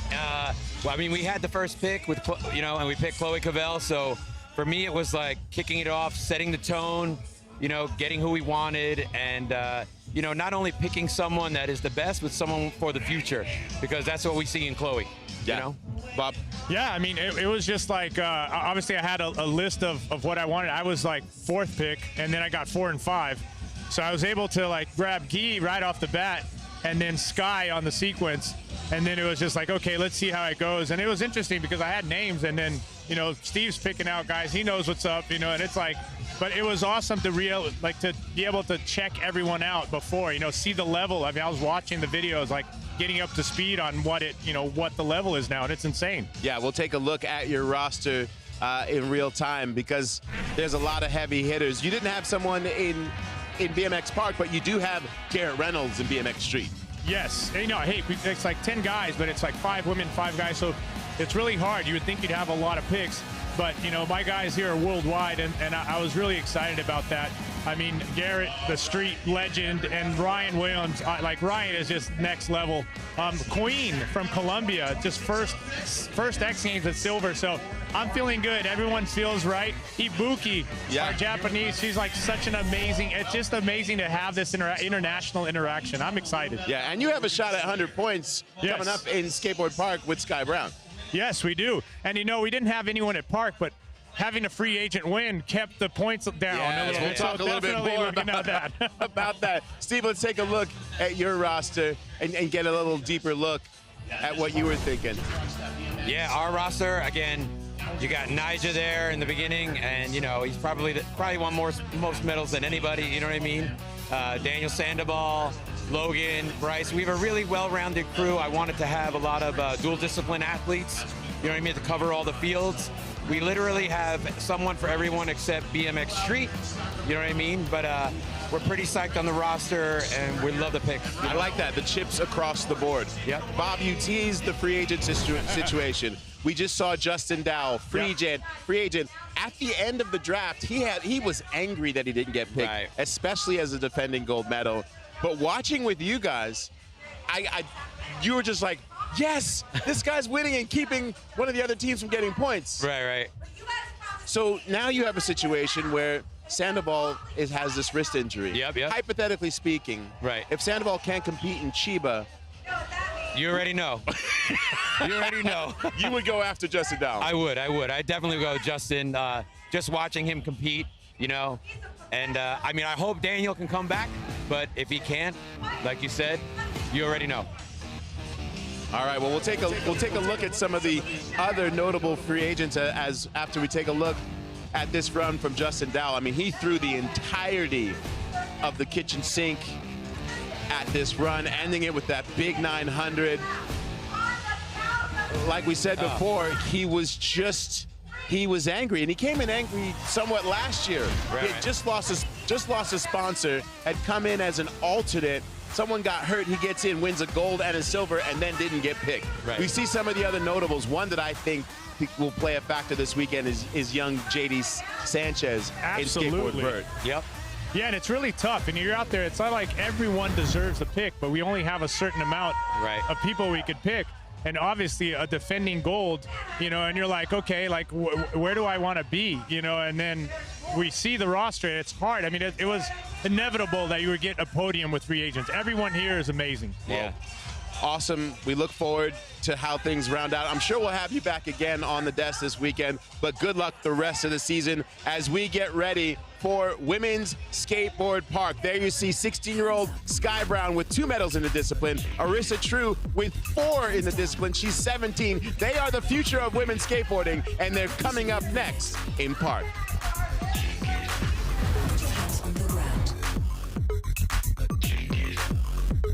Hands up. Hands down. Let me see you move it. Put your hands on the ground.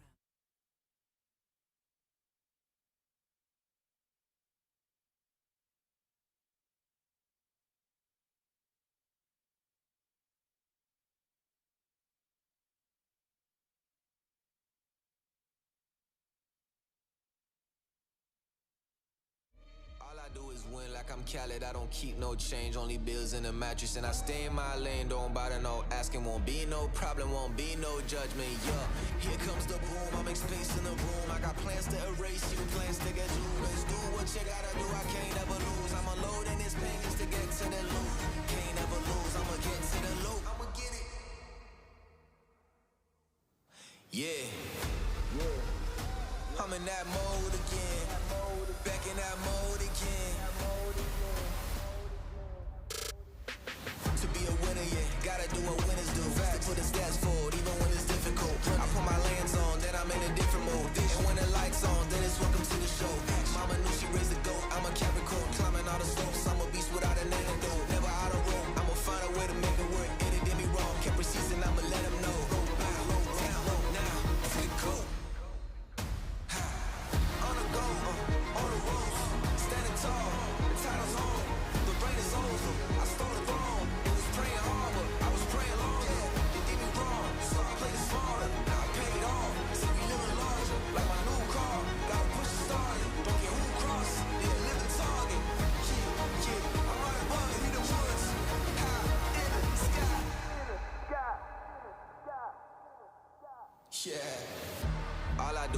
like I'm Khaled. I don't keep no change, only bills in a mattress. And I stay in my lane, don't bother no asking. Won't be no problem, won't be no judgment.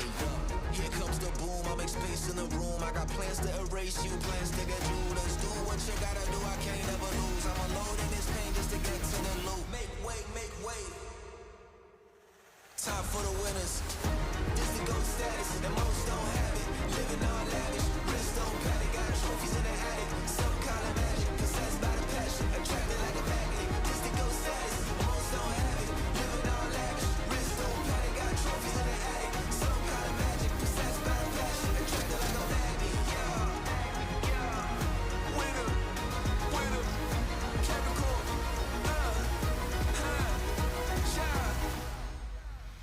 it's that time. We them GOAT, we the winners. We the one with them banners. We got trophies in the attic, got a soul on the winners, and we never gon' pass it. Go.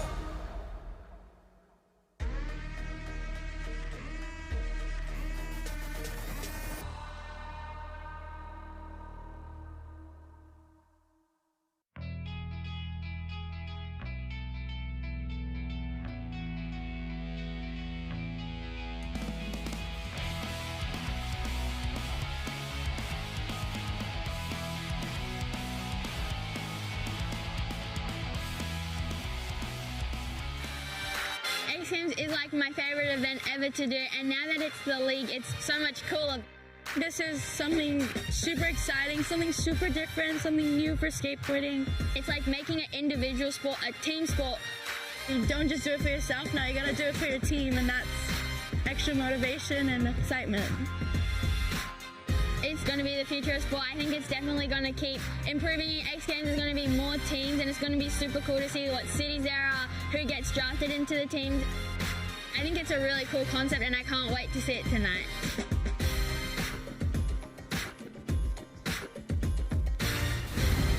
Welcome back to day one of XGames Sacramento. It's officially golden hour here at the MoonPay XGL as we welcome you now to Women's Skateboard Park. What's happening, everybody? V. Graham alongside the iconic legend, my partner Amelia Brodka. Amelia, I love that we're starting with Women's Skateboard Park. This is one of the most talented fields you will see at all of X Games, where 7 of the 8 competitors are teenagers. That's right, and the veteran is 22 years old. Yeah. And out of all of these disciplines, in this discipline, everybody got drafted. So it's definitely an exciting event to watch. Yeah, as we're launching MoonPay XGL, you're going to see all 4 jerseys represented in this field. We're so excited to kick things off. Arissa True, Mizuho, Haley Servio. There's so many talented skateboarders. And as you told me at the top, partner, this thing's wide open. Absolutely. I mean, you cannot count Mizuho out. Just 2 weeks ago, she won the World Skate event in Rome with a score that's the highest in World Skate women's park history. Yeah, and Arissa True is the one to watch. She is nearly unbeatable every time we see her on the X Games course, whether it's in park or vert, but she will be pushed. We cannot forget about our defending gold medalist, Haley Servio. For more on that, let's head over to the 3rd member of our team out on the course, Kristen B. Yeah, thanks, Brando. In Salt Lake City, Finland's Haley Servio delivered a breakthrough performance, earning her first X Games gold medal and only her 2nd appearance. But what makes Haley Servio such an impressive skater is her speed, her flow, how she connects the features on course. But this is a unique course. Without a bowl to create her signature speed and flow, can she still deliver? Can she still be competitive? Well, I asked Haley that question, and she said this is going to be a challenge. But Amelia, you said it perfectly. Every time she steps out onto the course, she steps into a new level of power, and this will be the ultimate test. Can she adapt here in Sacramento to go back-to-back? Brando? Yeah, Kristen hit it on the head. This course, it's beautiful, but it's certainly a departure from what we've seen in previous iterations at X Games. Here is a look at our 8 skaters here in the Women's Skateboard Park Final. You know, I am really excited to watch Heike Ventura skate this course as well, because she particularly is so good at finding speed everywhere, and that is going to be the biggest challenge of this course. Without those 3 extra walls that these skaters are used to, it's going to be hard work getting the right speed. Well, enough talking about it. Let's be about it. Kicking things off here at MoonPay XGL. It's X Games Sacramento 2026. Heike Ventura, 19 years old, making her 5th X Games appearance.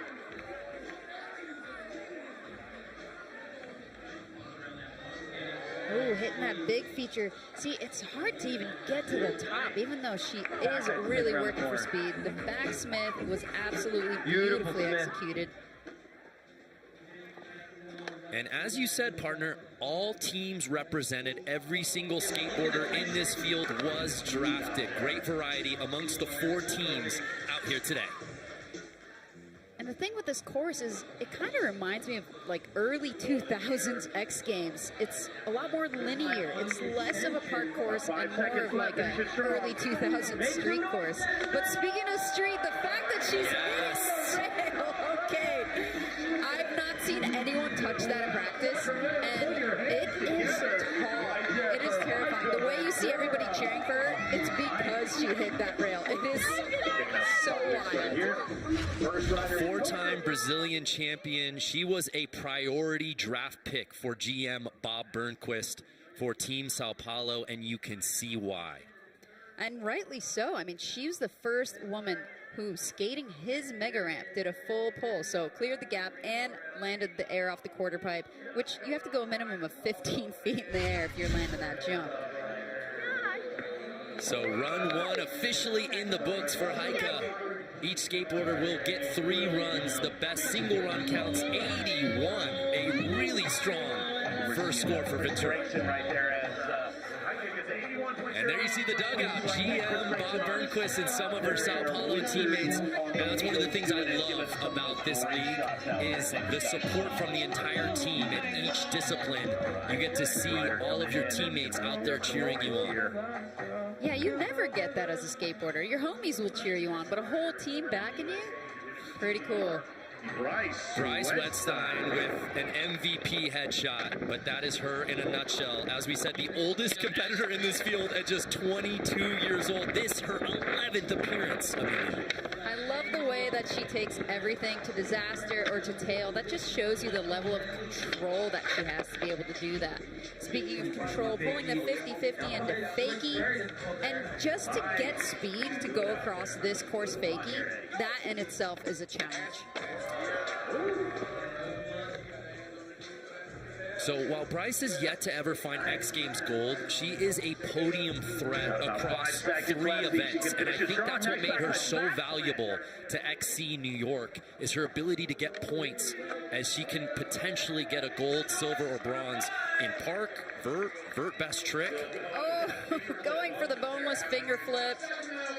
I can't tell if it was maybe a little bit after time, but aside from that, she had some great tricks in there. She had the nose blunt. She's really bringing the technical game to this course.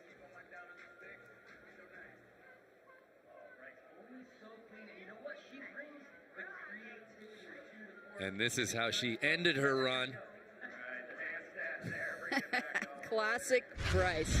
That's what we're here to do, have a great time at the X Games, Eddie. That's what it really all about. She's been doing this her whole career. A 71 for Bryce Wetstein. For each rider with a 71.00 puts her in a 2nd place for Team New York. They went to go skate the Brooklyn Banks just a few weeks ago. Time to keep going.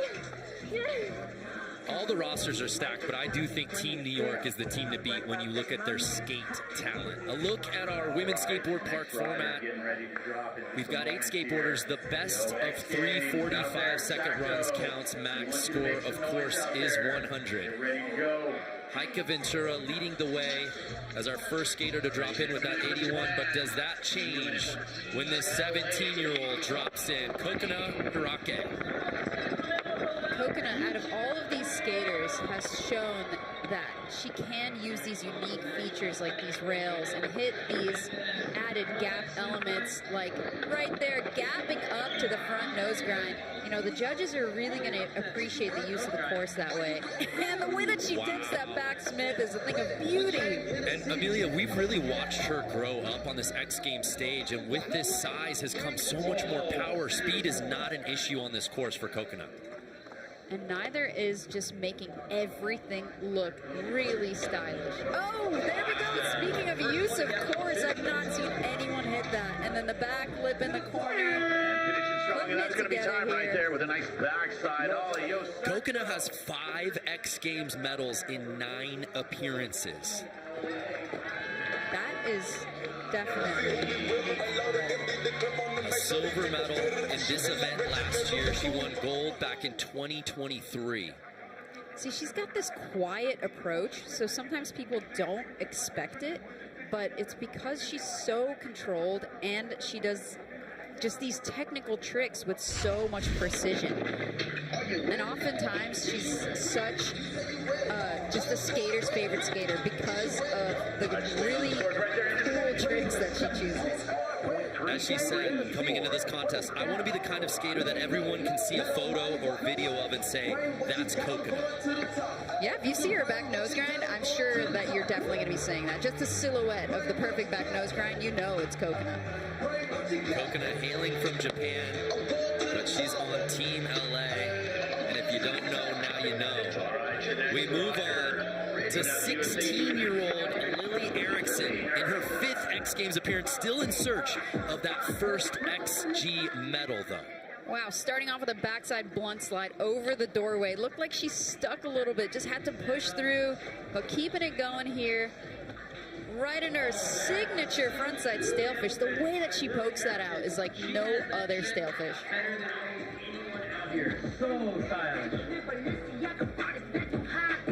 And Amelia, much like Sky Brown, she's such an accomplished surfer. And that influence is on display in her skateboarding. I feel like everybody who surfs before they skate have these, just this great style, and you can absolutely see that in Lily Erickson. Oh, and gapping up to board slide.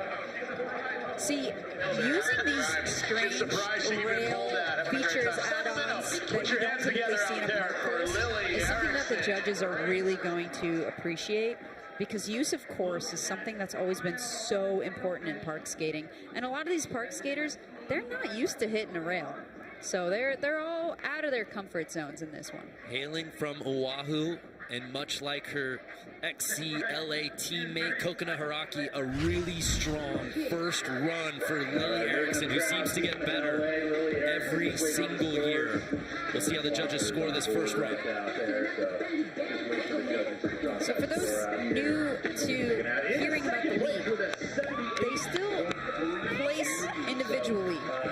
They're still skating as individuals, but the points that they earn based on their rankings go toward their team. And at the end of the season, the winning team, the one with the most points, gets $500,000. $500,000 at stake. We'll see what Sky Brown and the rest of the ladies have to say about that when we return here to Sacramento.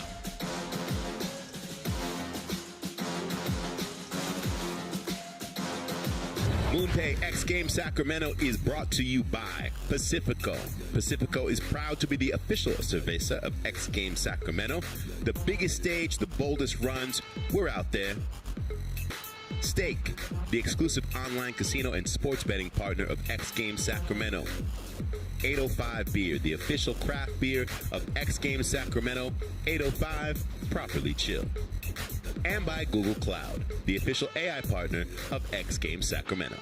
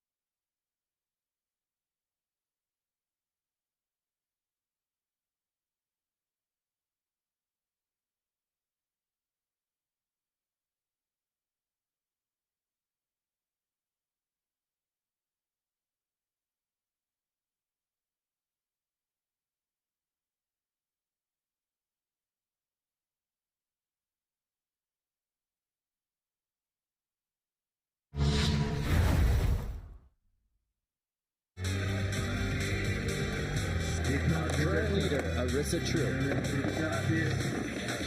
Nice.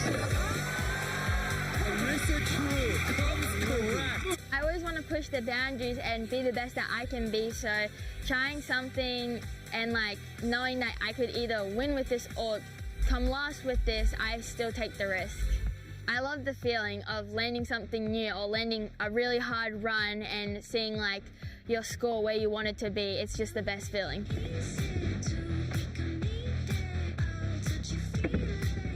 Knowing that I could be the girl with the most XGames medal is crazy. I need to like pump myself up and be like, I gotta land my runs, I gotta land some MVDs and go full out.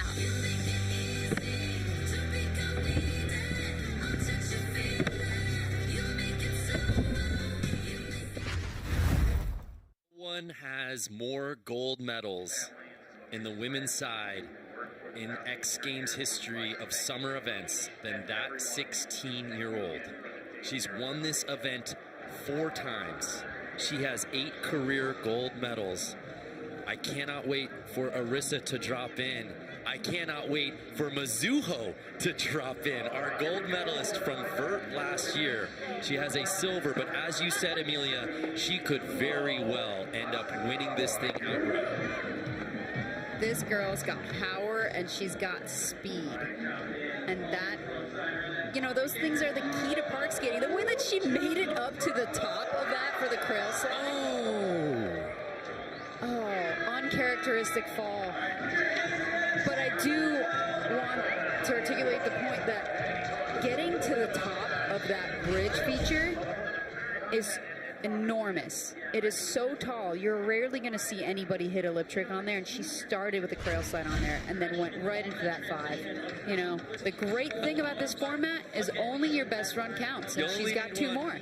The tech and the NAR on display early there for Mizuho, representing Team Tokyo. She made her debut when she was just 12 years old. Here now, Sky Brown. 17 years old, in her 6th X Games appearance. She has won this event twice before. Ooh, trying to tap that front truck on there. And then going right into a beautiful Madonna. You know, I saw her right before this. She said she was struggling with this course, but it doesn't look like she's struggling. That huge kickflip Indy, gapping all the way over. Right, oh my. Signature corked front 3. Oh, and going alley-oop. Last 10 for Sky. Oh, love that backside tail slide. Going over the doorway on it.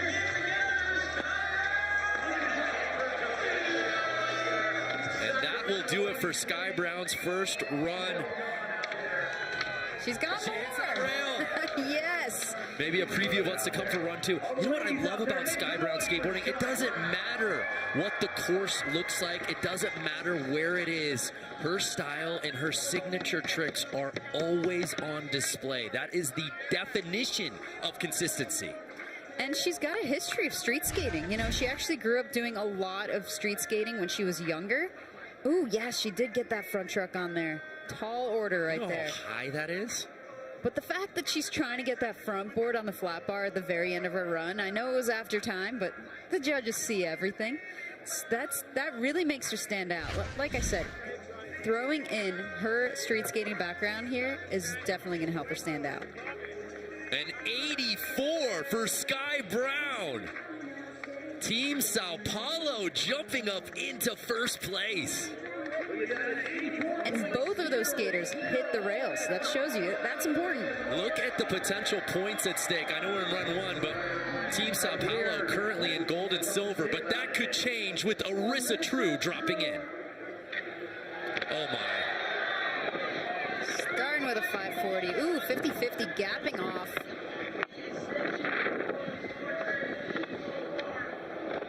Getting the back 3 over the box jump feature. Arissa True, she's really got to put it all together here. Ooh, grabbing Melon on that 540 over the doorway. Showing you she's got the tech too with the backside lip slide. Oh, yes, the front nose grind to fakie, and now she's going switch. Switch backside air. You're not going to see anyone else in this field skating switch. You love to see it. Arissa True seemingly picking up where she leaves off after every contest. You got it. So good. A strong first run. So this score is really going to dictate what the judges are looking for here. Are they looking for these skaters to use these added rail features? How much does that count as opposed to being able to spin on these small walls and go over these gaps? Because she did throw the technical lip tricks in there too and switch. So proper for Arissa True. How does this get scored? Sky Brown took the lead on the previous run. Good time with all the ladies up on the deck right now. Sky Brown currently in first place with an 84. Micah with an 81. Lily Anderson with an 86.66. Arissa True, welcome to first place. And the thing is, Brando, I'm pretty sure that was her safety run. I'm glad you said it because I was thinking it. I didn't want to get put on blast, but we know there's more in the tank there for Arissa. And now dropping in the 15-year-old defending gold medalist, Haley Servio. One of Arissa's closest friends, gapping up to that front nose grind. She said after her win last year, the fact that Arissa just came up to her and gave her the biggest hug meant so much to her. They grew up skating together. I mean, Haley's only been skating for 6 years at this point. That's not fair. I know. The fact that she could throw a beautiful McTwist in that tricky round wall right there. Haley was the final athlete picked at the MoonPay XGL draft. She was pick number 40. And I gotta believe X Games New York could not believe she was still available. Oh! Trying to throw that fakie to fakie 5 in there. That's been a staple in a lot of her runs. She actually just got 5th place at the World Skate Competition last week, where she actually ended up beating Arissa. So, you know, she's got a lot of talent, a lot of potential. At this point, it's more of a battle of who is going to adapt to this course the best. And sometimes the tricks you're used to doing in places aren't going to work everywhere. So unfortunately, it'll be a throwaway run for Haley Servio, score of 16.6. And run 1 officially in the books here at X Games Sacramento. Arissa True in search of that 5th career part gold. Run 2 when we return.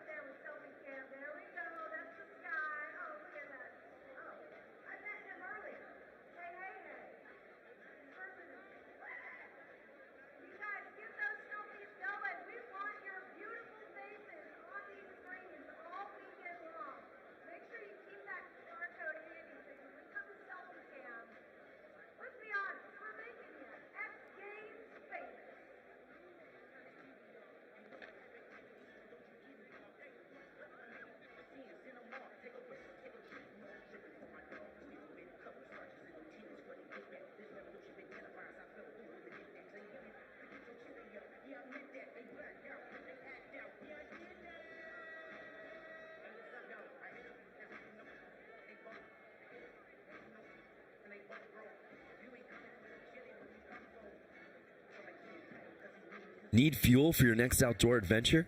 Just tell Siri, add granola to my grocery list.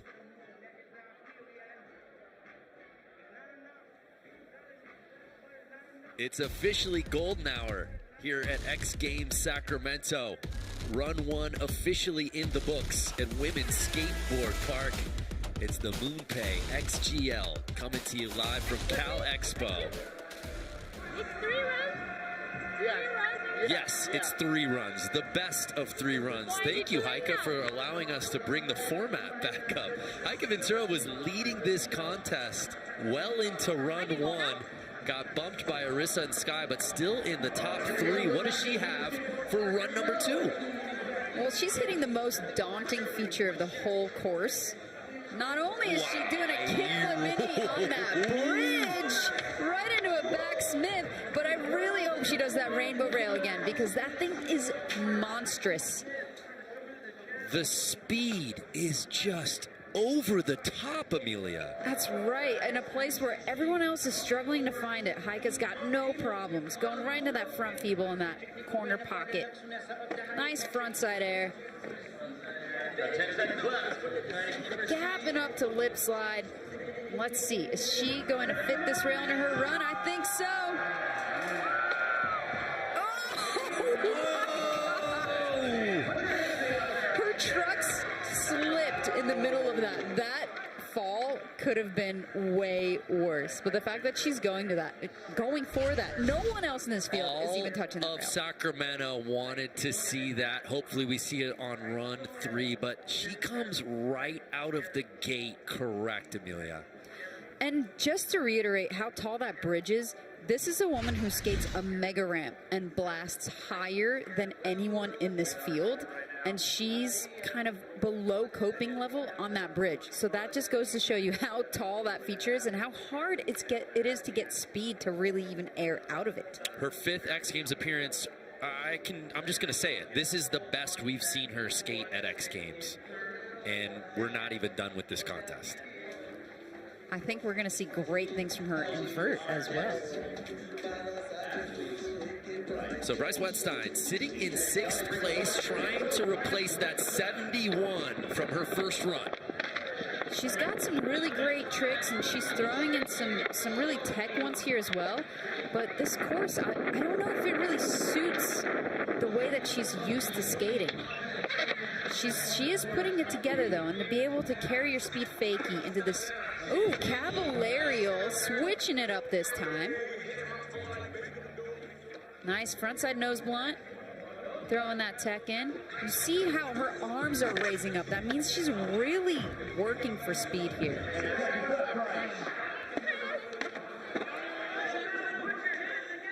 Oh, throwing a manual in as well, and the body bag.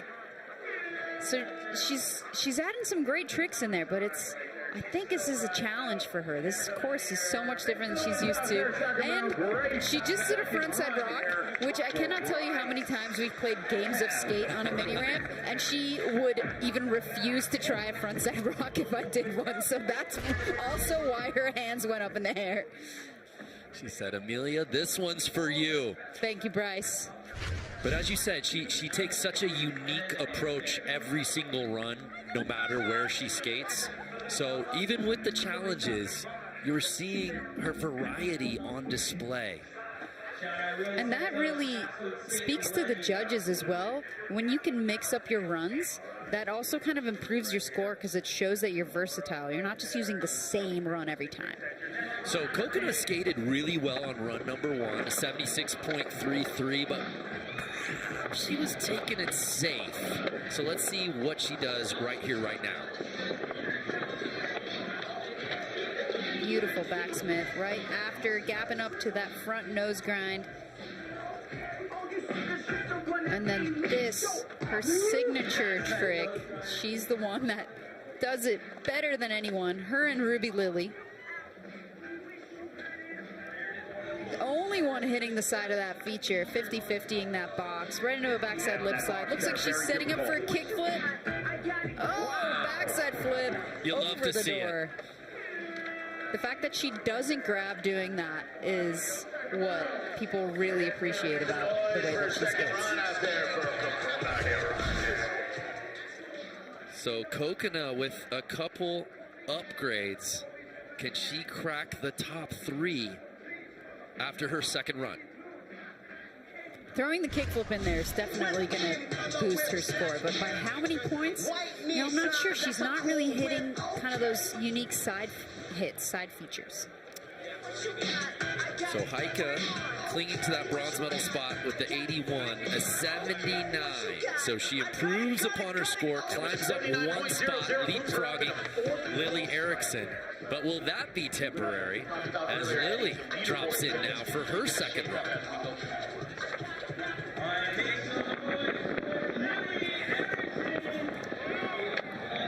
Lily's definitely used to skating more pools and vert. That's what she's got in Hawaii. That's what she skates when she comes out to Southern California. She skates, she surfs, she scubas. And she spearfishes. I'd like to think that's why she adds the poke to her stalefish. Nice front Smith over the door. Gapping up to that lip slide. Throwing in a little ollie to fakie here. Preparing for that L twist. Yeah, the way that you use that bridge is really going to kind of make or break your run.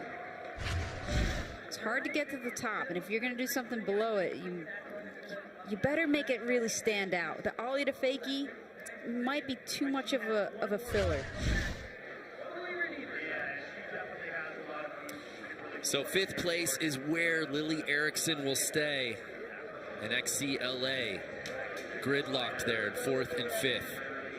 Mizuho in her 6th X Games appearance.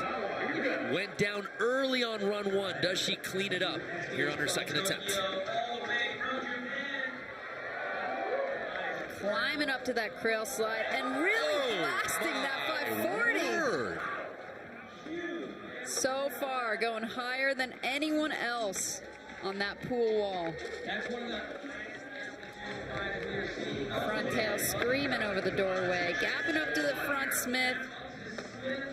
Ooh, the only one that's hit the box going that way, and then sliding the blunt slide. You can really see the power behind every trick, gapping up to the 50-50, using this course really well. Here we go, 5 seconds left, Sacramento. Nice backside ollie. Oh, up to the front Smith. That was a brutal slam, but the fact that she is going for that is going to make her stand out from anybody else. No one's using that as a ledge the way that she is. Ain't no one doing it like that. That's right. But again, all you need is one, as you said, partner. And this had everything you wanted to see out of a park medal run. Can she complete it, though, Amelia? If she does, that could be gold right there. It just looked like she stuck towards the end of that rail and then still tried to pop out, but just could not make it. As a reminder for how young Mizuho is, she's 15. She missed the XGL draft in March because she had her middle school graduation ceremony back home in Japan. Well, I'm really happy that the XGL draft did not miss her. Her middle school graduation. That's why she wasn't at draft night.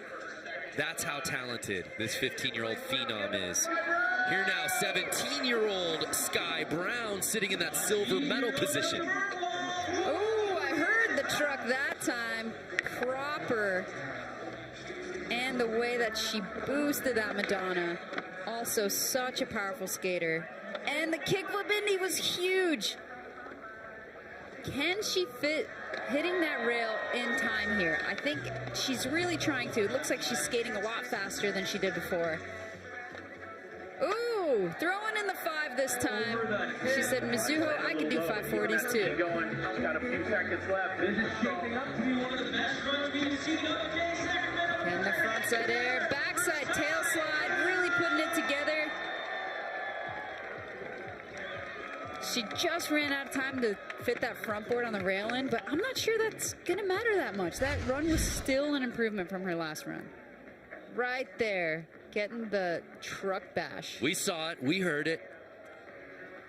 But as you said, Amelia, improving upon run 1 does it best what we saw out of Arissa's run 1. She definitely carried her speed and power a bit more than Arissa, but Arissa skating switch and doing the front nose grind fakie over the door. Ooh, I'm just glad I'm not judging, honestly. An 85, so the judges agree with you wholeheartedly. Much better than what she did in run one, but not enough to knock off this young lady, Arissa True, chasing after a 9th career X Games gold medal. And now Arissa gets to do what Arissa does best, which is outdoing herself with each and every run she takes.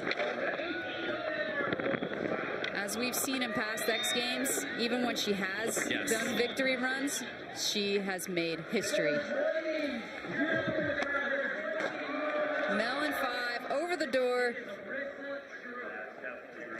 Getting the backside lip slide in there. Showing off her technical lip trick game. Front nose grind fakie. And here's where we're gonna see an upgrade. Yes! A switch twist! Brando, there's only a handful of people doing that on a skateboard in general. And she brings it to the craziest courses all over the world. Absolute cinema from Arissa True on run number 2. And it's the ultimate variety pack. Whatever you like in skateboarding, she just put on display there in run number 2. that switch McTwist was unbelievable. That is such a challenging wall to put it in. A 92.66. Wow, she's got a 7-point lead now. She's at the top of the ladder. There's nowhere else to climb. She said, this summer, 9 golds is my goal. Somehow, Haley Servio, our defending gold medalist, has to follow that up.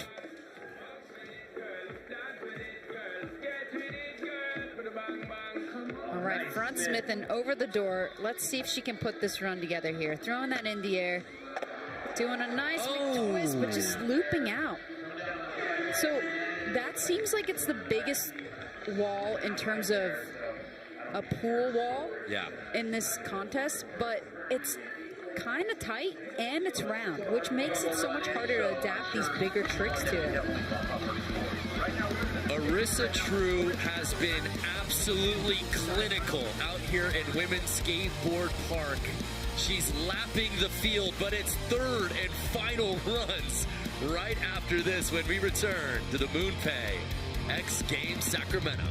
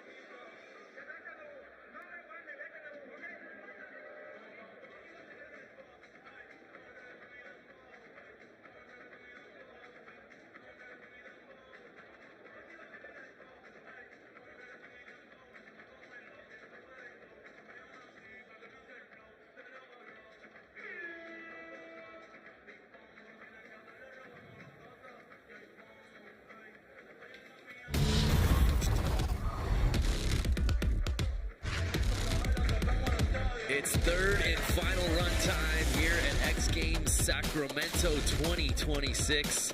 It's Women's Skateboard Park, and here's a look at our start list. Arissa True is in first place, but we don't do victory laps anymore around here. So she will go 7th. Sky Brown, who's right behind her in that silver medal spot, will be the last one to drop in. Heike Ventura holding on to that bronze medal spot. She's been in the top 3 since run number 1, Amelia. Can she give herself any breathing room? If she puts the run together that we saw in the last attempt, then she could challenge Sky. Starting off with a kickflip Indy on the bridge, traveling that backsmith. She's just got to get to the end of this run and make that rainbow rail, because no one is touching that feature.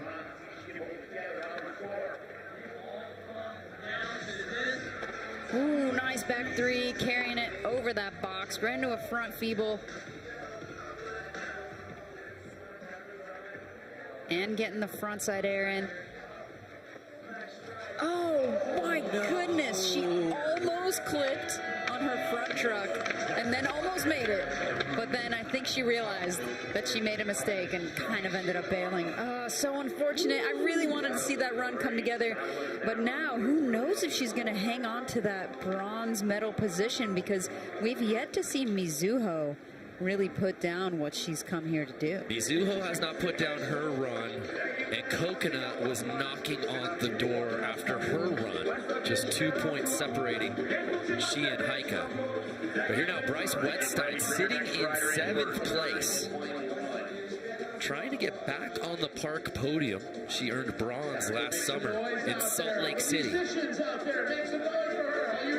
Can she help Team New York crash the podium on her final run? This is a multi-talented human being, I should say. Definitely check her out on Spotify, because she's got some new singles out. Oh, just missing that lip slide. No, Bryce. Uncharacteristic fall from Bryce. She might drop in and keep skating, because that's just kind of her style.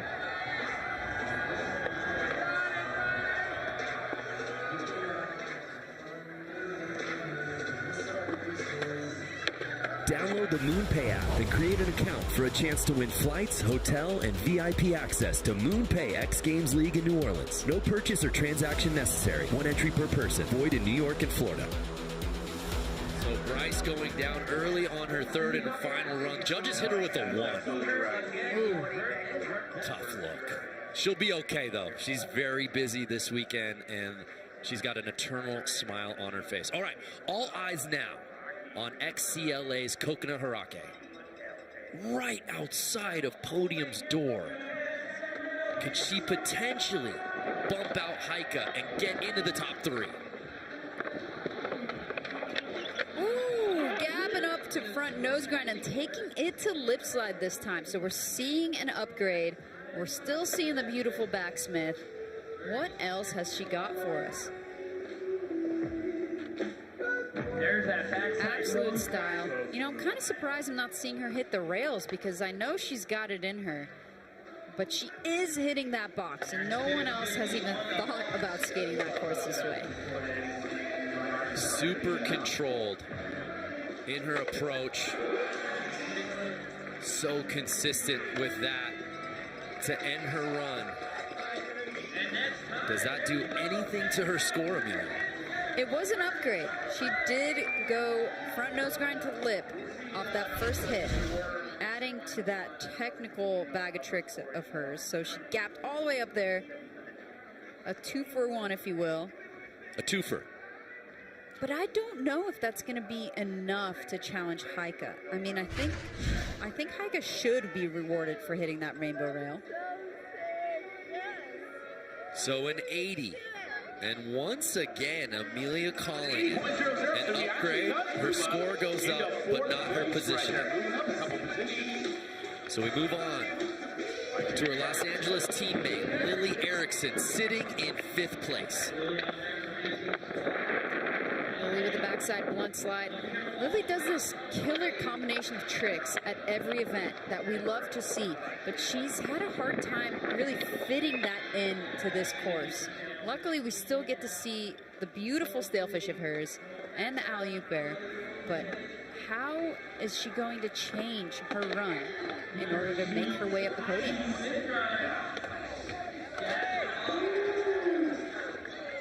See, right here, she would have usually done a blunt fakie there into this L-twist. Oh. And unfortunately, Lily just sliding out. So that's not the first loop out that we've seen in this competition, and that basically translates to that wall has a tight transition, tighter than what these girls are used to. So 5th place is where Lily will stay. Mizuho Hasegawa. Can she get XC Tokyo up into podium position? Can she put her best run together right here, right now? All right, she's got that huge 5 in the bag. We saw her last run almost come together. She just fell on the last trick, but you could see how much speed she's carrying, even through a front tail slide on some sticky concrete. And then the back blunt slide. She's really finding speed where no one else has. Oh my gosh. That was going to be an upgrade to that run, gapping up to that backside tail slide. It could have been that the sun is right behind that wall. No, you might be onto something. That wall has been giving fits on run 2 and run 3 for a lot of the skaters. Oh, so unfortunate we didn't get to see that run that she was planning. But yeah, right there, to gap into the back tail. And then she had a hard time even bailing. That kind of tells me that she couldn't really see where she was going. The visibility. There's more shade coverage on that side of the course than anywhere else. So, unfortunately for Mizuho, 6th place is where she will stay. So here's Haley Servio, the last skateboarder that can potentially shake up the podium and knock out Heike from an X Games medal. We saw her win gold at X Games last year. She placed better than all the skaters on the podium, or most of the skaters on the podium just 2 weeks ago. She got that McTwist down. She's halfway through her run. Can she put it together here?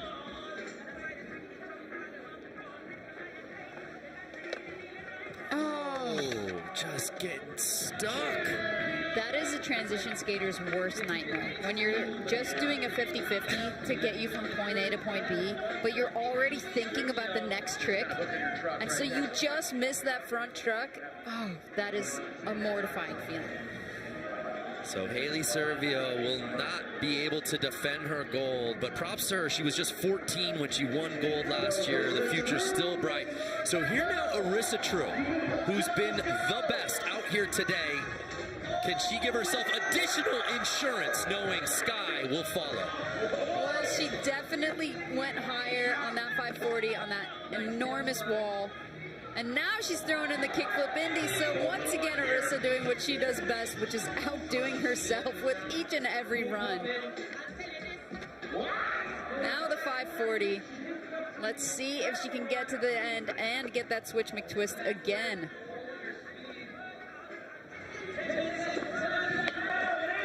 Front nose grind fakie. Here it is.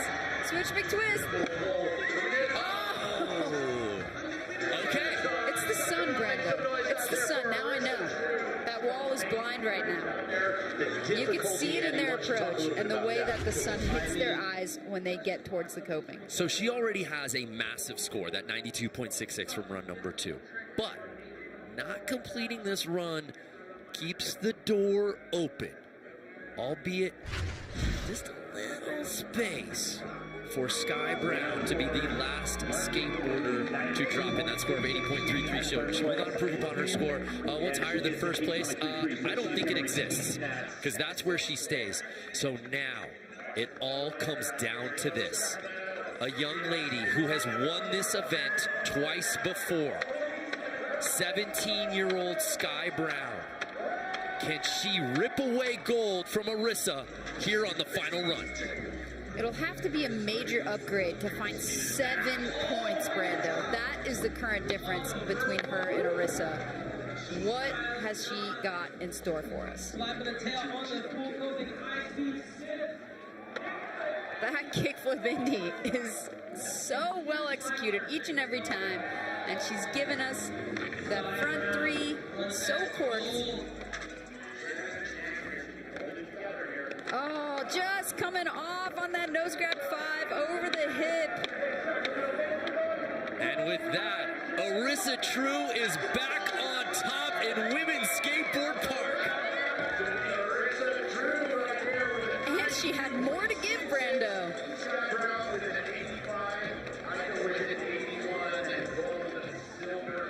What a magical moment for Arissa True, and what a moment for XC Tokyo.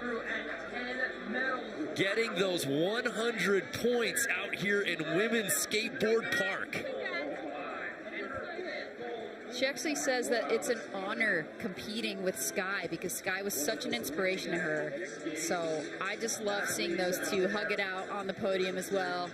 I'm ready, just cue me in. 16-year-old Arissa True fending off 17-year-old Sky Brown to claim her 9th career X Games gold medal.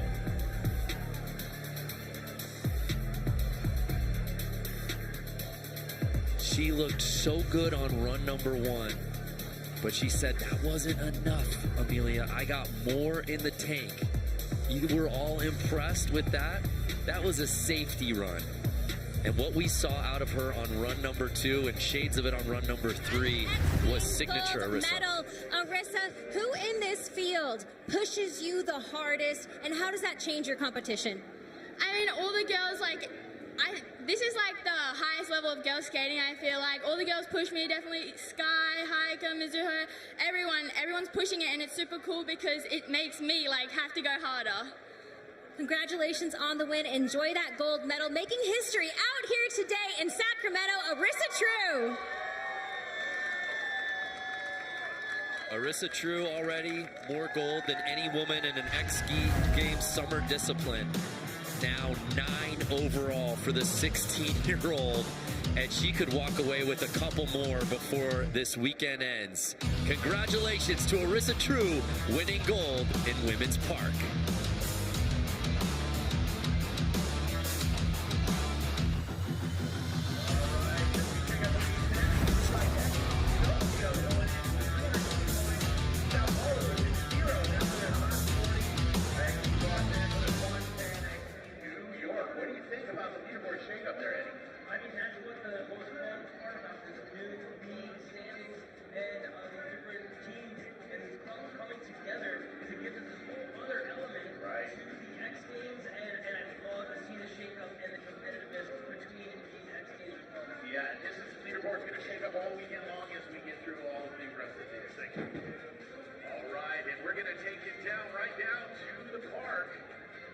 Take it away, Nikki. Catching up with our superstar silver medalist, Scott Brown, absolutely crushing it. We didn't get to see you in X Games Celebrate last year. I'm so pumped that we just got to see that. How are you feeling?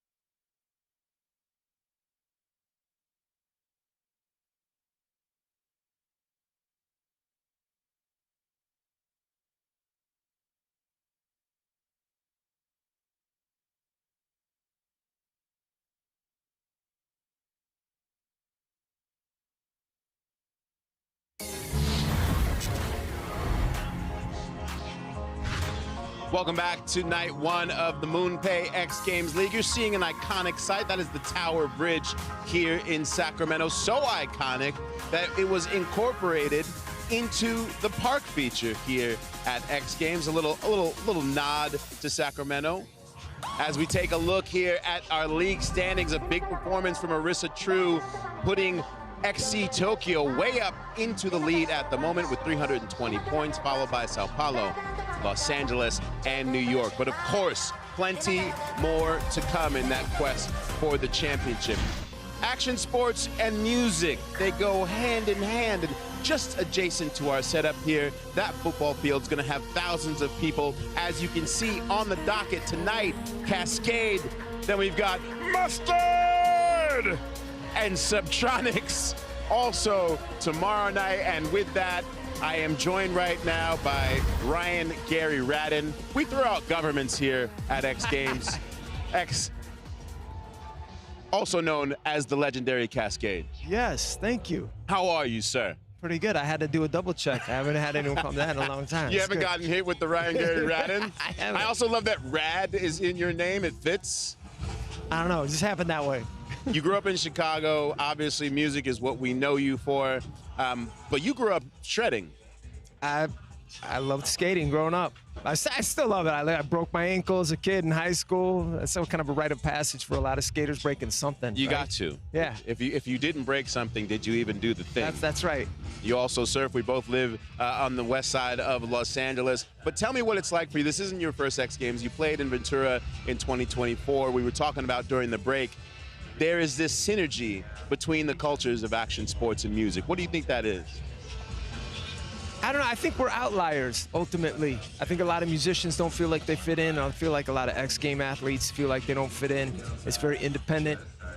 Skaters, it's like you got your crew, but, you're out there skating by yourself a lot of times, right? Yeah. And music can be that way too. I'm sitting in the studio a lot of nights alone, making something. Trying to make that beat. That's it. Trying to learn that trick. Yep. You've been at this for a very long time. I wonder what it's like for you at this point of the journey, a few decades in, to still be able to be at this high level, playing shows like this, doing the show that you just did at Coachella with the legendary closeout. You were one of the first electronic athletes to play there in 2015, and now here you are closing it out with pyrotechnics and the whole thing. Yeah, it's crazy. I think being here a long time is just one of those things where I've witnessed a lot of growth. When I got into it, there was no fame, no money. It was just a lot of kids around the world just doing it because they loved it. It was a small, super niche, boutique-y thing. We'd meet up every once in a while, in these weird clubs and warehouses and renegade parties. And now to kind of see it where it is, sitting here talking to you with a microphone on TV, I mean, it's wild to kind of see the whole change over the course of my career. It's beautiful. I think it's a similar passion, right? Skateboarders, a bunch of weirdos hanging out in parks trying to learn tricks. Next thing you know, here we are with an X Games League situation, and looking forward to your performance tonight. I'm going to get over there after this. Thanks for coming by. No, thank you. Have a great show tonight, man. It is really an honor to meet you. I appreciate you, dude. Likewise. We talk about legends with passion. It's a similar type story to someone like Nigel Houston, right? His first X Games, 11 years old. He's been here for 20 years now. At 31, suddenly he's the elder statesman. And it makes you wonder what's motivating him at this point in his career. If it wasn't for still pushing myself out street skating, battling tricks for hours, and also just like fun days out with the homies, skating new spots, skating new cities. Like if I'm not doing that, my life starts to feel too boring. So it's really like not an option. It's an addiction, and it's something that I got to keep doing for myself. And also competing. I still have fun out here competing as well. I've always been a competitive person. So yeah, I'm stoked to get back out there. Still attacking the streets and still fired up to be a part of X Games League. He was so psyched, drafted late at the draft. We were wondering, is Nigel going to end up being a free agent? has suffered a couple of really devastating injuries in the last 6 months, but his ability to recover is incredible, and we are excited for what he is going to bring to the table tomorrow. You heard Nigel talk about he always has to be doing something, right? Whether it's skating or being on his street bike. Last night at the X Games kickoff party, he was spinning the house tunes, and may I say, DJ Nigel Houston is kind of nice with it. He was in the pocket. There was a groove. Maybe he'll be headlining here one day. But tomorrow is where he performs. You see him in Skate Street, repping for Team New York. That'll be at 4 p.m. Eastern, along with more Arisa True. Will she get another gold for Tokyo? We'll see her in Verb. Guy Curry for Vert in Sao Paulo. And of course, R. Willie. We are looking forward to him in men's BMX dirt. But first, I don't know if you can hear it yet, we got one more event to go. There are dirt bikes revving up behind me. One of our favorite events for the crowd, Moto X Best Whip, when we return here to X Games.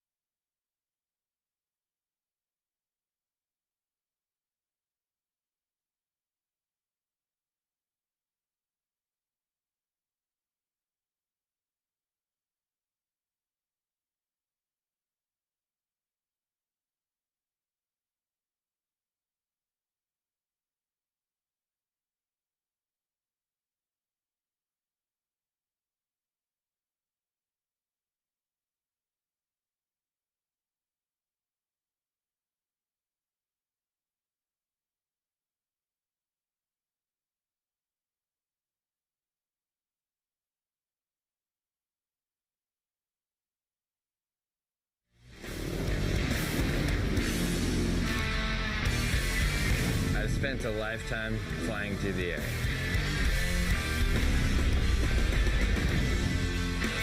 The reconnecting with the ground has become an essential part of my long-term happiness.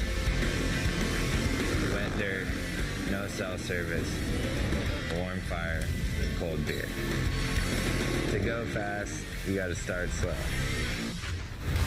That was Tyler Behrman. You heard him say right there at the top of that piece that he's had a lifetime of flying through the air, and you're going to get a chance to see that here tonight with him alongside 9 other athletes as we get set to bring you X Games Moto X Best Whip here at MoonPay X Games Sacramento 2026 to cap off some competition out here tonight. Welcome everyone inside the booth. I'm Jimmy Coleman sitting alongside the legend here, Colby Raw. Man, I'm used to seeing you out in the field. Don't get me wrong, I'm happy to have you in the booth, but it's a little surreal to have you in here and not out there. But as we get ready to kick off Best Whipper, this has a deep history here at the X Games. Let's dive into that a little bit. Like, it's not run, replay, score. This one's just about how you manipulate that machine in the air and making it look good. Yeah, man, I'm happy to be here. All the guys are killing. I can't wait to watch the show. But really, the whole point of whip is to get the bike as upside down as you can, backwards as far as you can, and have just enough time to bring it back and land straight. Whoever can do that is going to win. And it all started, I think, in the early 90s. Guys like Nathan Fletcher, Mike Metzger, Jeremy McGrath, they were out in the hills hitting cliff hits and getting flat. And then it all changed, and I think Ronnie Renner, he brought a whole new level to whip, getting underneath his bike, and he won in 2007. Those are the early days. X Games brought Best Whip in. Todd Potter, I think, changed the game 2008, 2009, and 2010. He went gold medals in all those years. He really changed the game from where Ronnie Renner had it and threw the biggest whips. And then Bierman, Tom P., and Jared, they're all competing. Those guys stepped it up. Last year, 2 years ago, it was Patrick Evans on an electric bike. I think he changed the whole game, went nuts, and now I think Wyo and Tom P., these guys are going to throw down. So I'm excited to watch. This is going to be insane. The level that whip is at today is nuts. So let's see who can throw down. Well, taking a look at the start list right there, we've got, we don't have a Moto quarter pipe high air this year, so you see a lot of those guys crossing over into Best Whip out here tonight, as you see, as we started off with Jason Borowski and Corey Creed right there. You get that Vicky Golden, and then your defending gold medalist from last year in Salt Lake City, you got Julian Van Stippen that's going to take us out of the run order out here as we get into this jam session. But before we cut them all loose, let's check in with the third member of our crew out there in the field. It's Kristen Beat. Thanks so much, Jimmy. For the first time in over 4 years, the 3-time X Games gold medalist in quarter pipe, Corey Creed, will be competing in Best Whip. Now, that transition in disciplines may sound easy, but it's not. It's like asking an NFL quarterback to play receiver. It's still football, but it's not. It's not the same. So Corey Creed told me it's required 100% commitment and new equipment. He's on the brand new Ducati Desmo 450. He said it is bone stock. The only adjustment he's made is the suspension. He came in with a stiffer set of suspension with faster rebound just to make the bike feel a little more alive underneath him, but he's still adjusting to this bike. Now, Colby, you have gone to battle with Corey Creed over the last couple of years, and you know when he's dialed in, he is a force to be reckoned with. The question is, what will we see from him tonight here in Best Whip? Yeah, Corey Creed works hard. He gets after it. He's definitely a really tough competitor to go up against. Short notice on Best Whip. We got told quarter pipe wasn't going to be in X Games a couple months before. I opted out. I've been so busy with record breakers and these big records I've been doing at Caesar's Palace. So I opted out to do it. I'm happy to announce I can't wait to see what Corey Creed's got. And that was Jason Borowski. It's his first time in Best Whip. Here goes Wyo. He's one of the favorites. Huge whip. So you see the time clock up there on the top of the screen. This opening part of this is a 10-minute jam session here. So basically, we have the field at 10. We'll do this 10-minute jam session. What the judges are looking at out here tonight, this is overall impression is what they're going for here. And then we cut the field down to 5. Yeah, Vicky, the only girl in the field I heard in practice, she was doing bigger whips than some of the guys, so she's on it. Always amazing to see what Vicky does on the bike. She's got 4 total X Games medals to her name. She's got 3 gold, 1 bronze.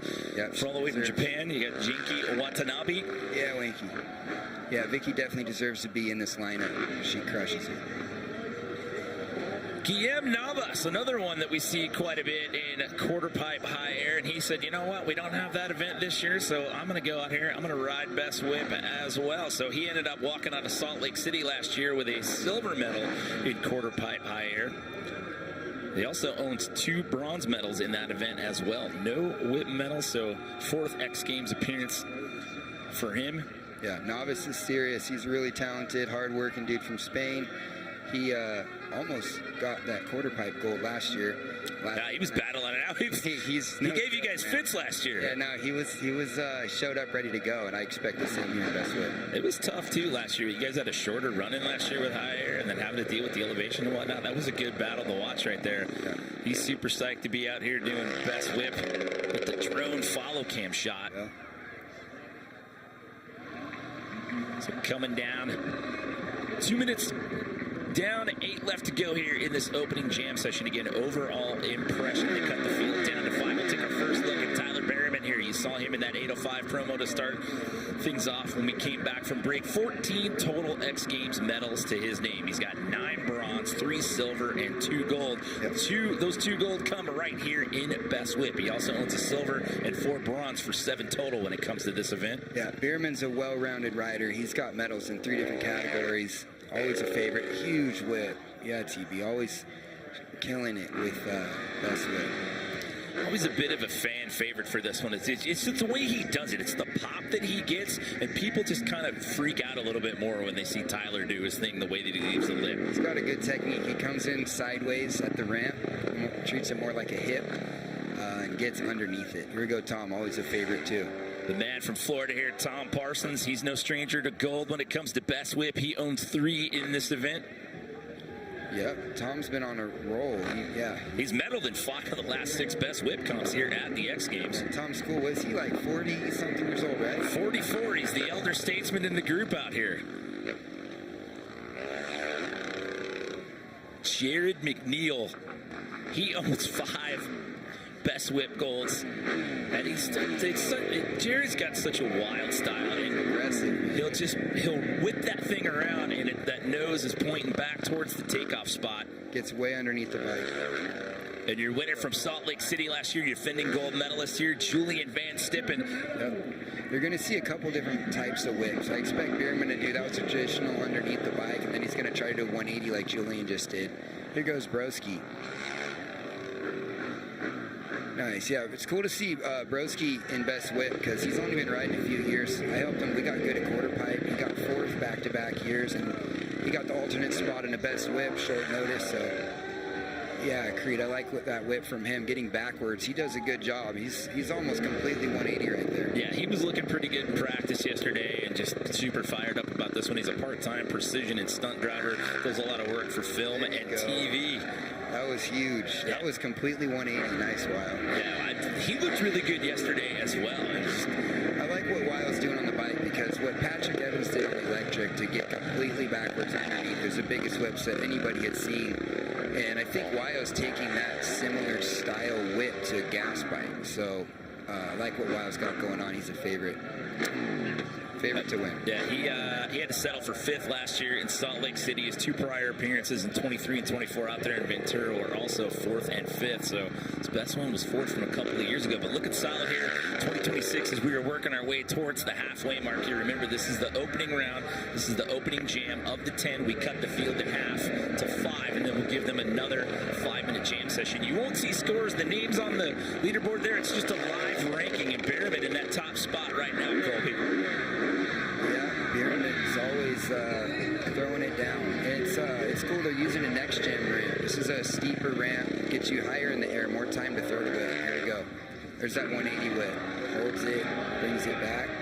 So having 2 different variations, I know that helps with the judges. Doing the same whip over and over, I think the judges like to see different types of whips. So yeah, Berryman's good at a few different types here. He might do a turnout. Yeah, you want variety because again that plays into the overall impression part of this. So Berryman, Parsons, and Fontenot, your 1, 2, 3. So Corey Creed's hanging in number 4, and Jared McNeil in that number 5 spot. Remember, the name of the game here in this first 10 minutes, you just want one of those 5 transfer spots. Look at that pop. Jared. And Jared's on a 4-stroke. He always rode 2-strokes, so it's cool he changed it up. Your defending gold medalist, Julian Van Stippen.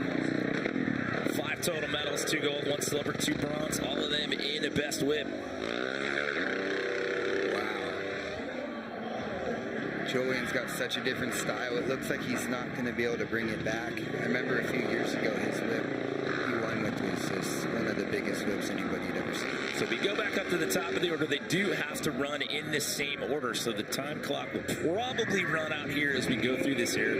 Yeah. So this could be the last round for the opening jam session. Creed only had a couple months' notice that they're taking a quarter pipe out of Sacramento. I heard it might be coming back for Louisiana. I'd be hyped to be there for that. And for him to get this good at whips that quick, you know, a lot of these guys spend thousands of hours practicing whip.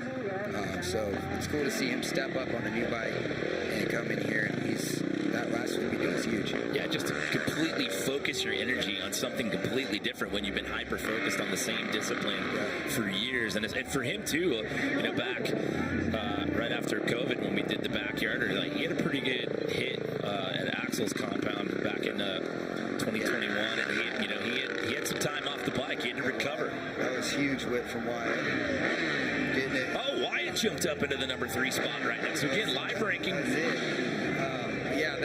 We rode it out at Ramona at old Axel's property, but we barely had. Oh no, Wyatt just jumped to the top. See, and there it is. Wyatt's what I've been seeing him do at Instagram. His whips lately, man, they're huge, and he's been going to those kind of like the Hill Jam and those grassroots free ride contests, and he's been winning those too. So it's cool to see him out here ready to go. We might get one more round. We're not even to the 2-minute mark yet. We might get another round. I like the way he turned and carved into it. He did like an S turn right before. They're using all of that ramp.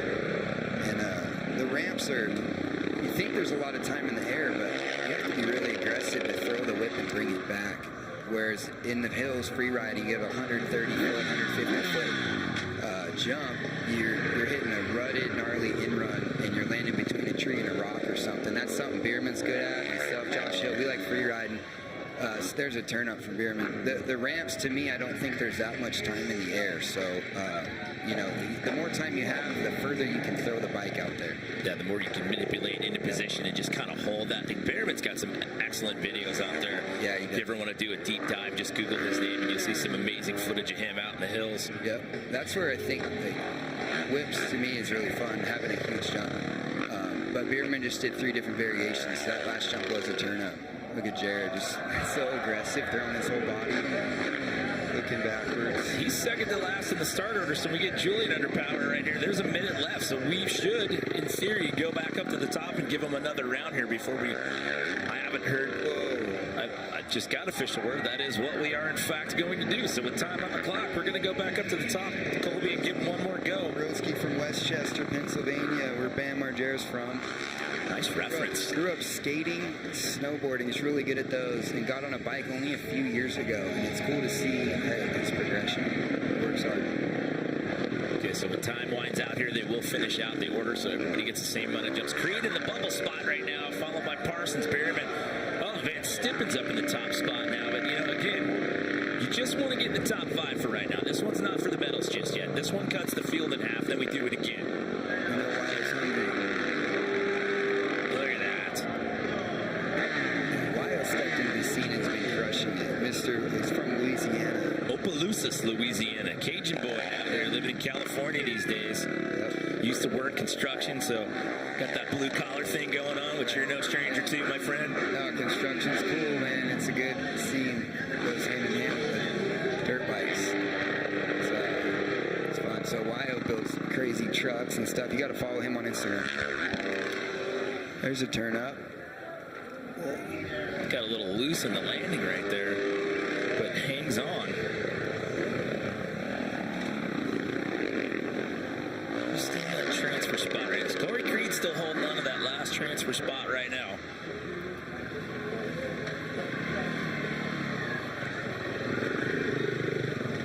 Tyler Bierman in a pretty safe spot here for right now.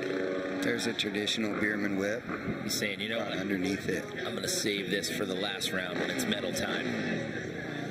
Mentioned that he's got 14 total medals. He's got 7 in whip. He's got 6 in quarter pipe high air. He's also got a real Moto medal. He got a bronze as well.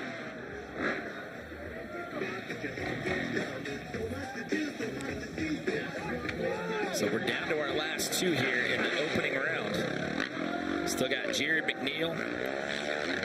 He's under power right It's cool to see how much whips have come along from back in the days. Just the free riders in the hills, old crusty demons, steel roots, and to think, one of the worst whips in the league, or one of the guys, those whips would have won in 2008. I feel like so. The level is insane. Yeah, the evolution of how this has come along, and just how inverted it gets, and like just watching it, the different way that they'll carve off the corner of the lip and then kind of drift back the opposite direction. As they'll park it over there in the athlete staging area, and we will get a final ranking here. And we'll drop it down to the final 5, and we'll do it all over again. We'll have the medal round when we return to MoonPay X Games Sacramento.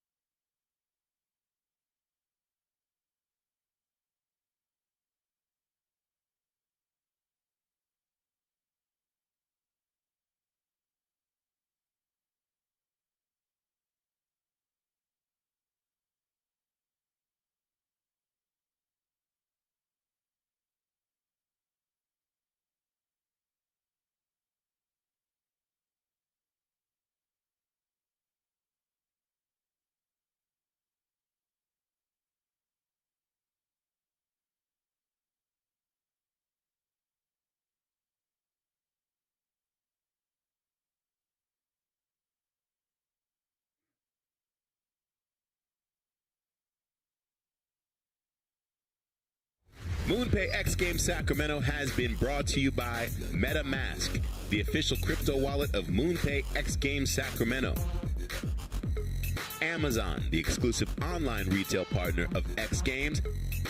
And by High Noon. Sun's up.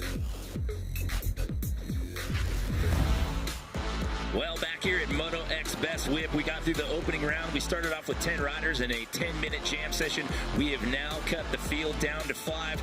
Colby, let's talk through some of the highlights here, some of your standouts of who's moving on into the medal round. Yeah, definitely Wyo threw that one completely backwards. I like Bierman's traditional whips, always getting underneath it and hanging it out to the very last second. We got Julian Van Stippen always throwing just cool, different style. Looks like he's gonna do like a crazy whip and not land it or something. That's the whole point. It's like, how big can you throw the bike and barely pull it back in time? You'll see guys even land flat just to give themselves a little extra time to throw it. Well, we're about to do this all over again. This time it's for some hardware. Corey Creed's going to go first. Tom Parsons, Wyatt Fontenot, Tyler Berriman, and your defending gold medalist from X Games Salt Lake City last year, Julian Van Stippen. They will run in that order. If you're just joining us, this is an overall impression jam session. Is it all about the best whip? In theory, yes, but you want to have a couple of different variations of it. The judges want to see variety. It's not just the one hit. It's how you do overall in the span of that 5 minutes that's going to have you leaving the Cal Expo, hopefully with a shiny gold medal around your neck. Corey Creed will start us off. You've seen him typically in the past primarily in Moto X quarter pipe high air. He does own a best whip medal, however, it is a silver, but he starts us off here in the medal round in 2026. Yeah, that was huge. I like somebody should just throw whips so far that they barely landed. I think that's what's going to take to win here. And worst case, you go down. It looks like there's a padded landing. Traditionally, it's dirt, so hopefully someone throws the thing. 3-time best whip gold medalist Tom Parsons there. 3 golds. He's got 8 total. He's got 4 silver and a bronze as well to his name when it comes to this event. I know all these guys want to win, so huge, huge whip from Wyatt. He's impressed me. He's impressed me in that opening jam session as well as practice yesterday. No whip medals. The closest he's come was 4th. He was just on the outside looking in 2024, but you can tell he's hungry. He's looking good. Could this be the year?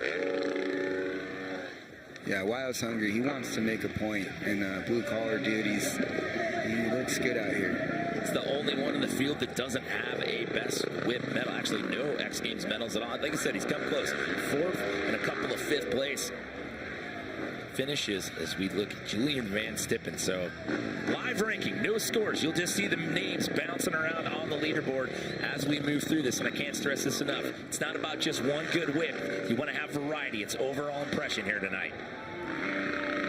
Yeah, you want to get the right pop off the lip. Like that whip right there was huge. I think his last one was even further, 180, but they're pushing it. So, yeah, you want to make sure you land it if you can. You don't want to throw it too far, but you're flirting with disaster trying to get the biggest whip you can. I remember Tom went down in Norway really bad. He threw it so far, it didn't barely come back. It didn't come back, he slammed. So it's got to be going through everyone's head when they're coming off the lip. The X Games Norway event, kind of a hybrid between winter and summer events. We did that inside back in 2019 inside an arena. Tom Parsons sitting in that top spot right now, looking at possible gold here, followed by Wyatt Fontenot and Tyler Berriman here again. Just under 3 minutes left on this clock. This is the medal round. We cut the field from 10 down to 5. This is for the hardware and some prize money here at the Cal Expo. First night of competition of 3 here. MoonPay X Games Sacramento 2026. Look at that. Just huge. Full inversion. Laid out. He's just leaning back. That was cool. He was feeling that one. Different style, too. It's not the same kind of traditional. Julian's been on a tear. Just past the halfway point here. Oh, Julian will jump up, overtake Wyatt. So Wyatt's still looking at the medal right now, but he got bumped down to the bronze spot. Berriman just on the outside looking in, and Corey Creed sitting in that 5 spot. Parsons back under power here as we work our way towards the 2-minute mark. A little bit of a tailwind brewing out here in the Cal Expo this evening. Not too bad. No, it's good having definitely better than the crosswind. If the wind's like 15 miles an hour and you're going 25 or 30, it feels like actually better than when there's no wind because you feel no wind. The tailwind's the way to go. They set the ramp up the right way. Wyo's feeling it right now. He's like, you know what? I want that silver medal spot back. See, he barely pulled back. That was a good one. He laid underneath it. Almost running out of room there. You start getting into the barricades at the end of that one. So it's still Parsons, Van Stippen, and Fontenot. Could this be the year that Wyatt gets his medal? That looks so cool. Looks like he's back flipping right off the lip. It's when you're out there in the crowd, and you can tell who's never seen this before in person, and you see the look on their face, and they're like, "Oh no!" Yeah. And then they're like, and then they just look at you with pure astonishment, like, "How is that possible?" People are probably like, "Where's the tricks?" It's like, it's not about tricks. It's about style. Whips are my favorite thing to watch. Most of these fans, if they're local, they should be well versed in this because they've been doing moto demos here at the Cal Expo at the State Fair for years. Yeah, no, this is a good crowd out here. It's NorCal. They got a good moto scene up here. A bunch of tracks, Stellari, Bangtown. So diehard fans show up to this one. I'm going to go deep into the history books with this one for the old moto demos here. I'm going to drop Jeff Tilton and Tommy Clower's name out there, and Jake Wyndham. Yeah, and Mad Mike Jones.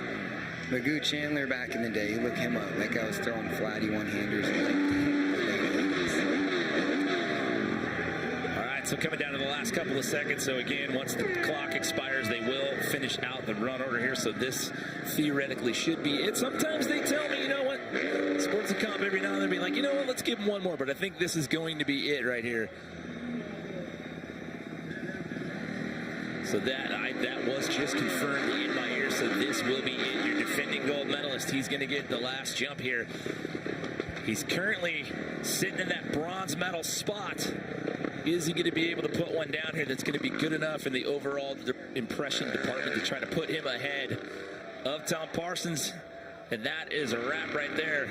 We'll see what the judges think. It's not over just yet. Sometimes they like to throw us curveballs and they like to change that ranking after we're sitting there talking about it right there. But what a performance right there. It looks like Wyatt's going to get that medal here in 2026. Yeah, Wyatt. Way to pull it off. I could tell he's doing really cool things on social media. He won all those grassroots free ride contests, and it's about time. Yeah, 4th X Games appearance. Started off with a 5th in 2023, missed the podium in 24, and then 5th again last year at Salt Lake City. So come out with a medal in your 4th ever X Games appearance. Yeah, and these are the best riders in the world at whips. That's why they're here. Still got Moto X Best Trick coming up tomorrow night out here as well at the Cal Expo. Looking forward to that one. Best Trick should be crazy. Patrick Evans has got a new trick. Adelberg's going for the 4-peat. I said this earlier, and I said this earlier at BMX Park. I'm going to say it again. There's some MoonPay money out there that's up for grabs for brand new stuff. So if you do a never been done trick, there's a panel of people that are going to go out and they're going to look at all over the weekend, and they're going to hand out $10,000 in MoonPay crypto to one male and one female athlete over the weekend for the best NBD of the weekend. And Moto is eligible for that. So there you go. It is going to be Julian Van Stippen got it done.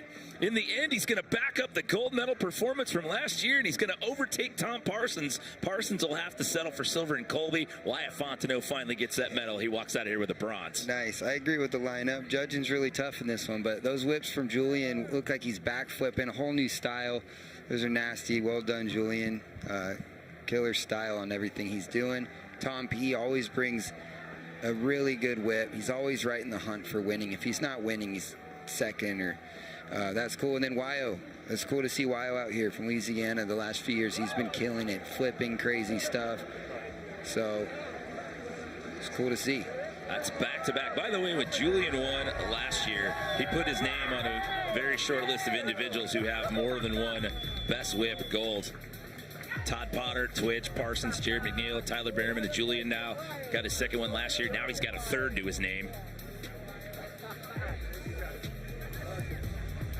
So congratulations to him. But again, I can't say enough great things about Wyatt Fontenot getting that X Games bronze. Take a look back at some of the highlights here. Yeah, that was huge. Look at that whip. That's gnarly. Look like he's not gonna land it. Upside down. From that angle, that just looks wrong. So many different ways. With the bars hanging back, he just killed it. That was well done. Should deserve gold. So back-to-back gold. We send it down to Kristen with Julian. Games gold medal. This crowd here in Sacramento is absolutely insane right now. Did you feel the energy when you were out there? Yeah, for sure. Every time I come here and ride in front of the American crew, it's always super epic. People love to see dirt bikes, so yeah, I'm super stoked. And riding with these guys, it's just insane. You know, it's the best guys in the world. And if you would have told me a couple years ago I will get 3 gold medals, I will not believe it. You know, super stoked. You have a tendency to save the best for last. You go out there and you throw an absolutely wild whip in clutch time. Why is that? Is that part of your strategy? Not really. Actually, sometimes I get scared when I do a big one, so I try to save the last one in case something happens, you know. So that's my goal a little bit. And yeah, I want to thank Monster Energy, the best sponsor you can dream of, IXS, Bell, my buddy Ryan Walters here. He welcomes me all the time. Every time I come in US for years. His dad, my agent Nico, my family, they're watching. Actually, vous pouvez mettre un clou au mur, hein? Il y a une de plus qui arrive. And yeah, my agent Nico, and yeah, it's a dream come true again. Another dream come true for Julian Van Stippen here in Best Whip, going back-to-back 2 years in a row for that gold medal.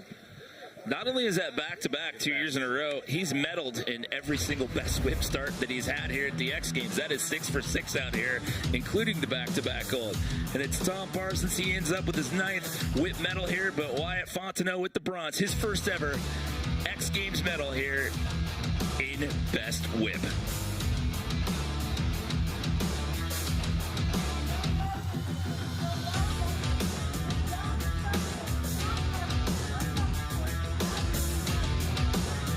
Big congratulations to Julian Van Stippen from Belgium with his 2nd gold medal in Best Whip. I can't think of a better way to end night 1 here at the MoonPay X Games League than Best Whip under the sunset. Absolutely perfect. And what a day 1 here at the launch of MoonPay X Games League. Let's take a look at the standings. Again, XC Tokyo out in front with 320 points thanks to Arissa True's incredible performance. XC Sao Paulo, Los Angeles, and New York behind. But listen, today we had 3 events. Tomorrow we've got 7. I guarantee you that leaderboard is going to be all over the place. You've got Nigel Houston in street at 4 p.m. Eastern for Team New York. Arissa True again in women's skate vert best trick. She's almost guaranteed gold in that one. That means more points for XC Tokyo, as well as Guy Curry in skate vert best trick. It's going to be an interesting one. And don't forget our Willie there in BMX dirt. Well, have been trying to get to Sacramento for years, and these fans came out on night 1 and really helped us put on a show. What an incredible way to launch the MoonPay X Games League. Stick with us tomorrow, a full pull here at X Games. Hands down. Let me see you move it. Put your hands on the ground.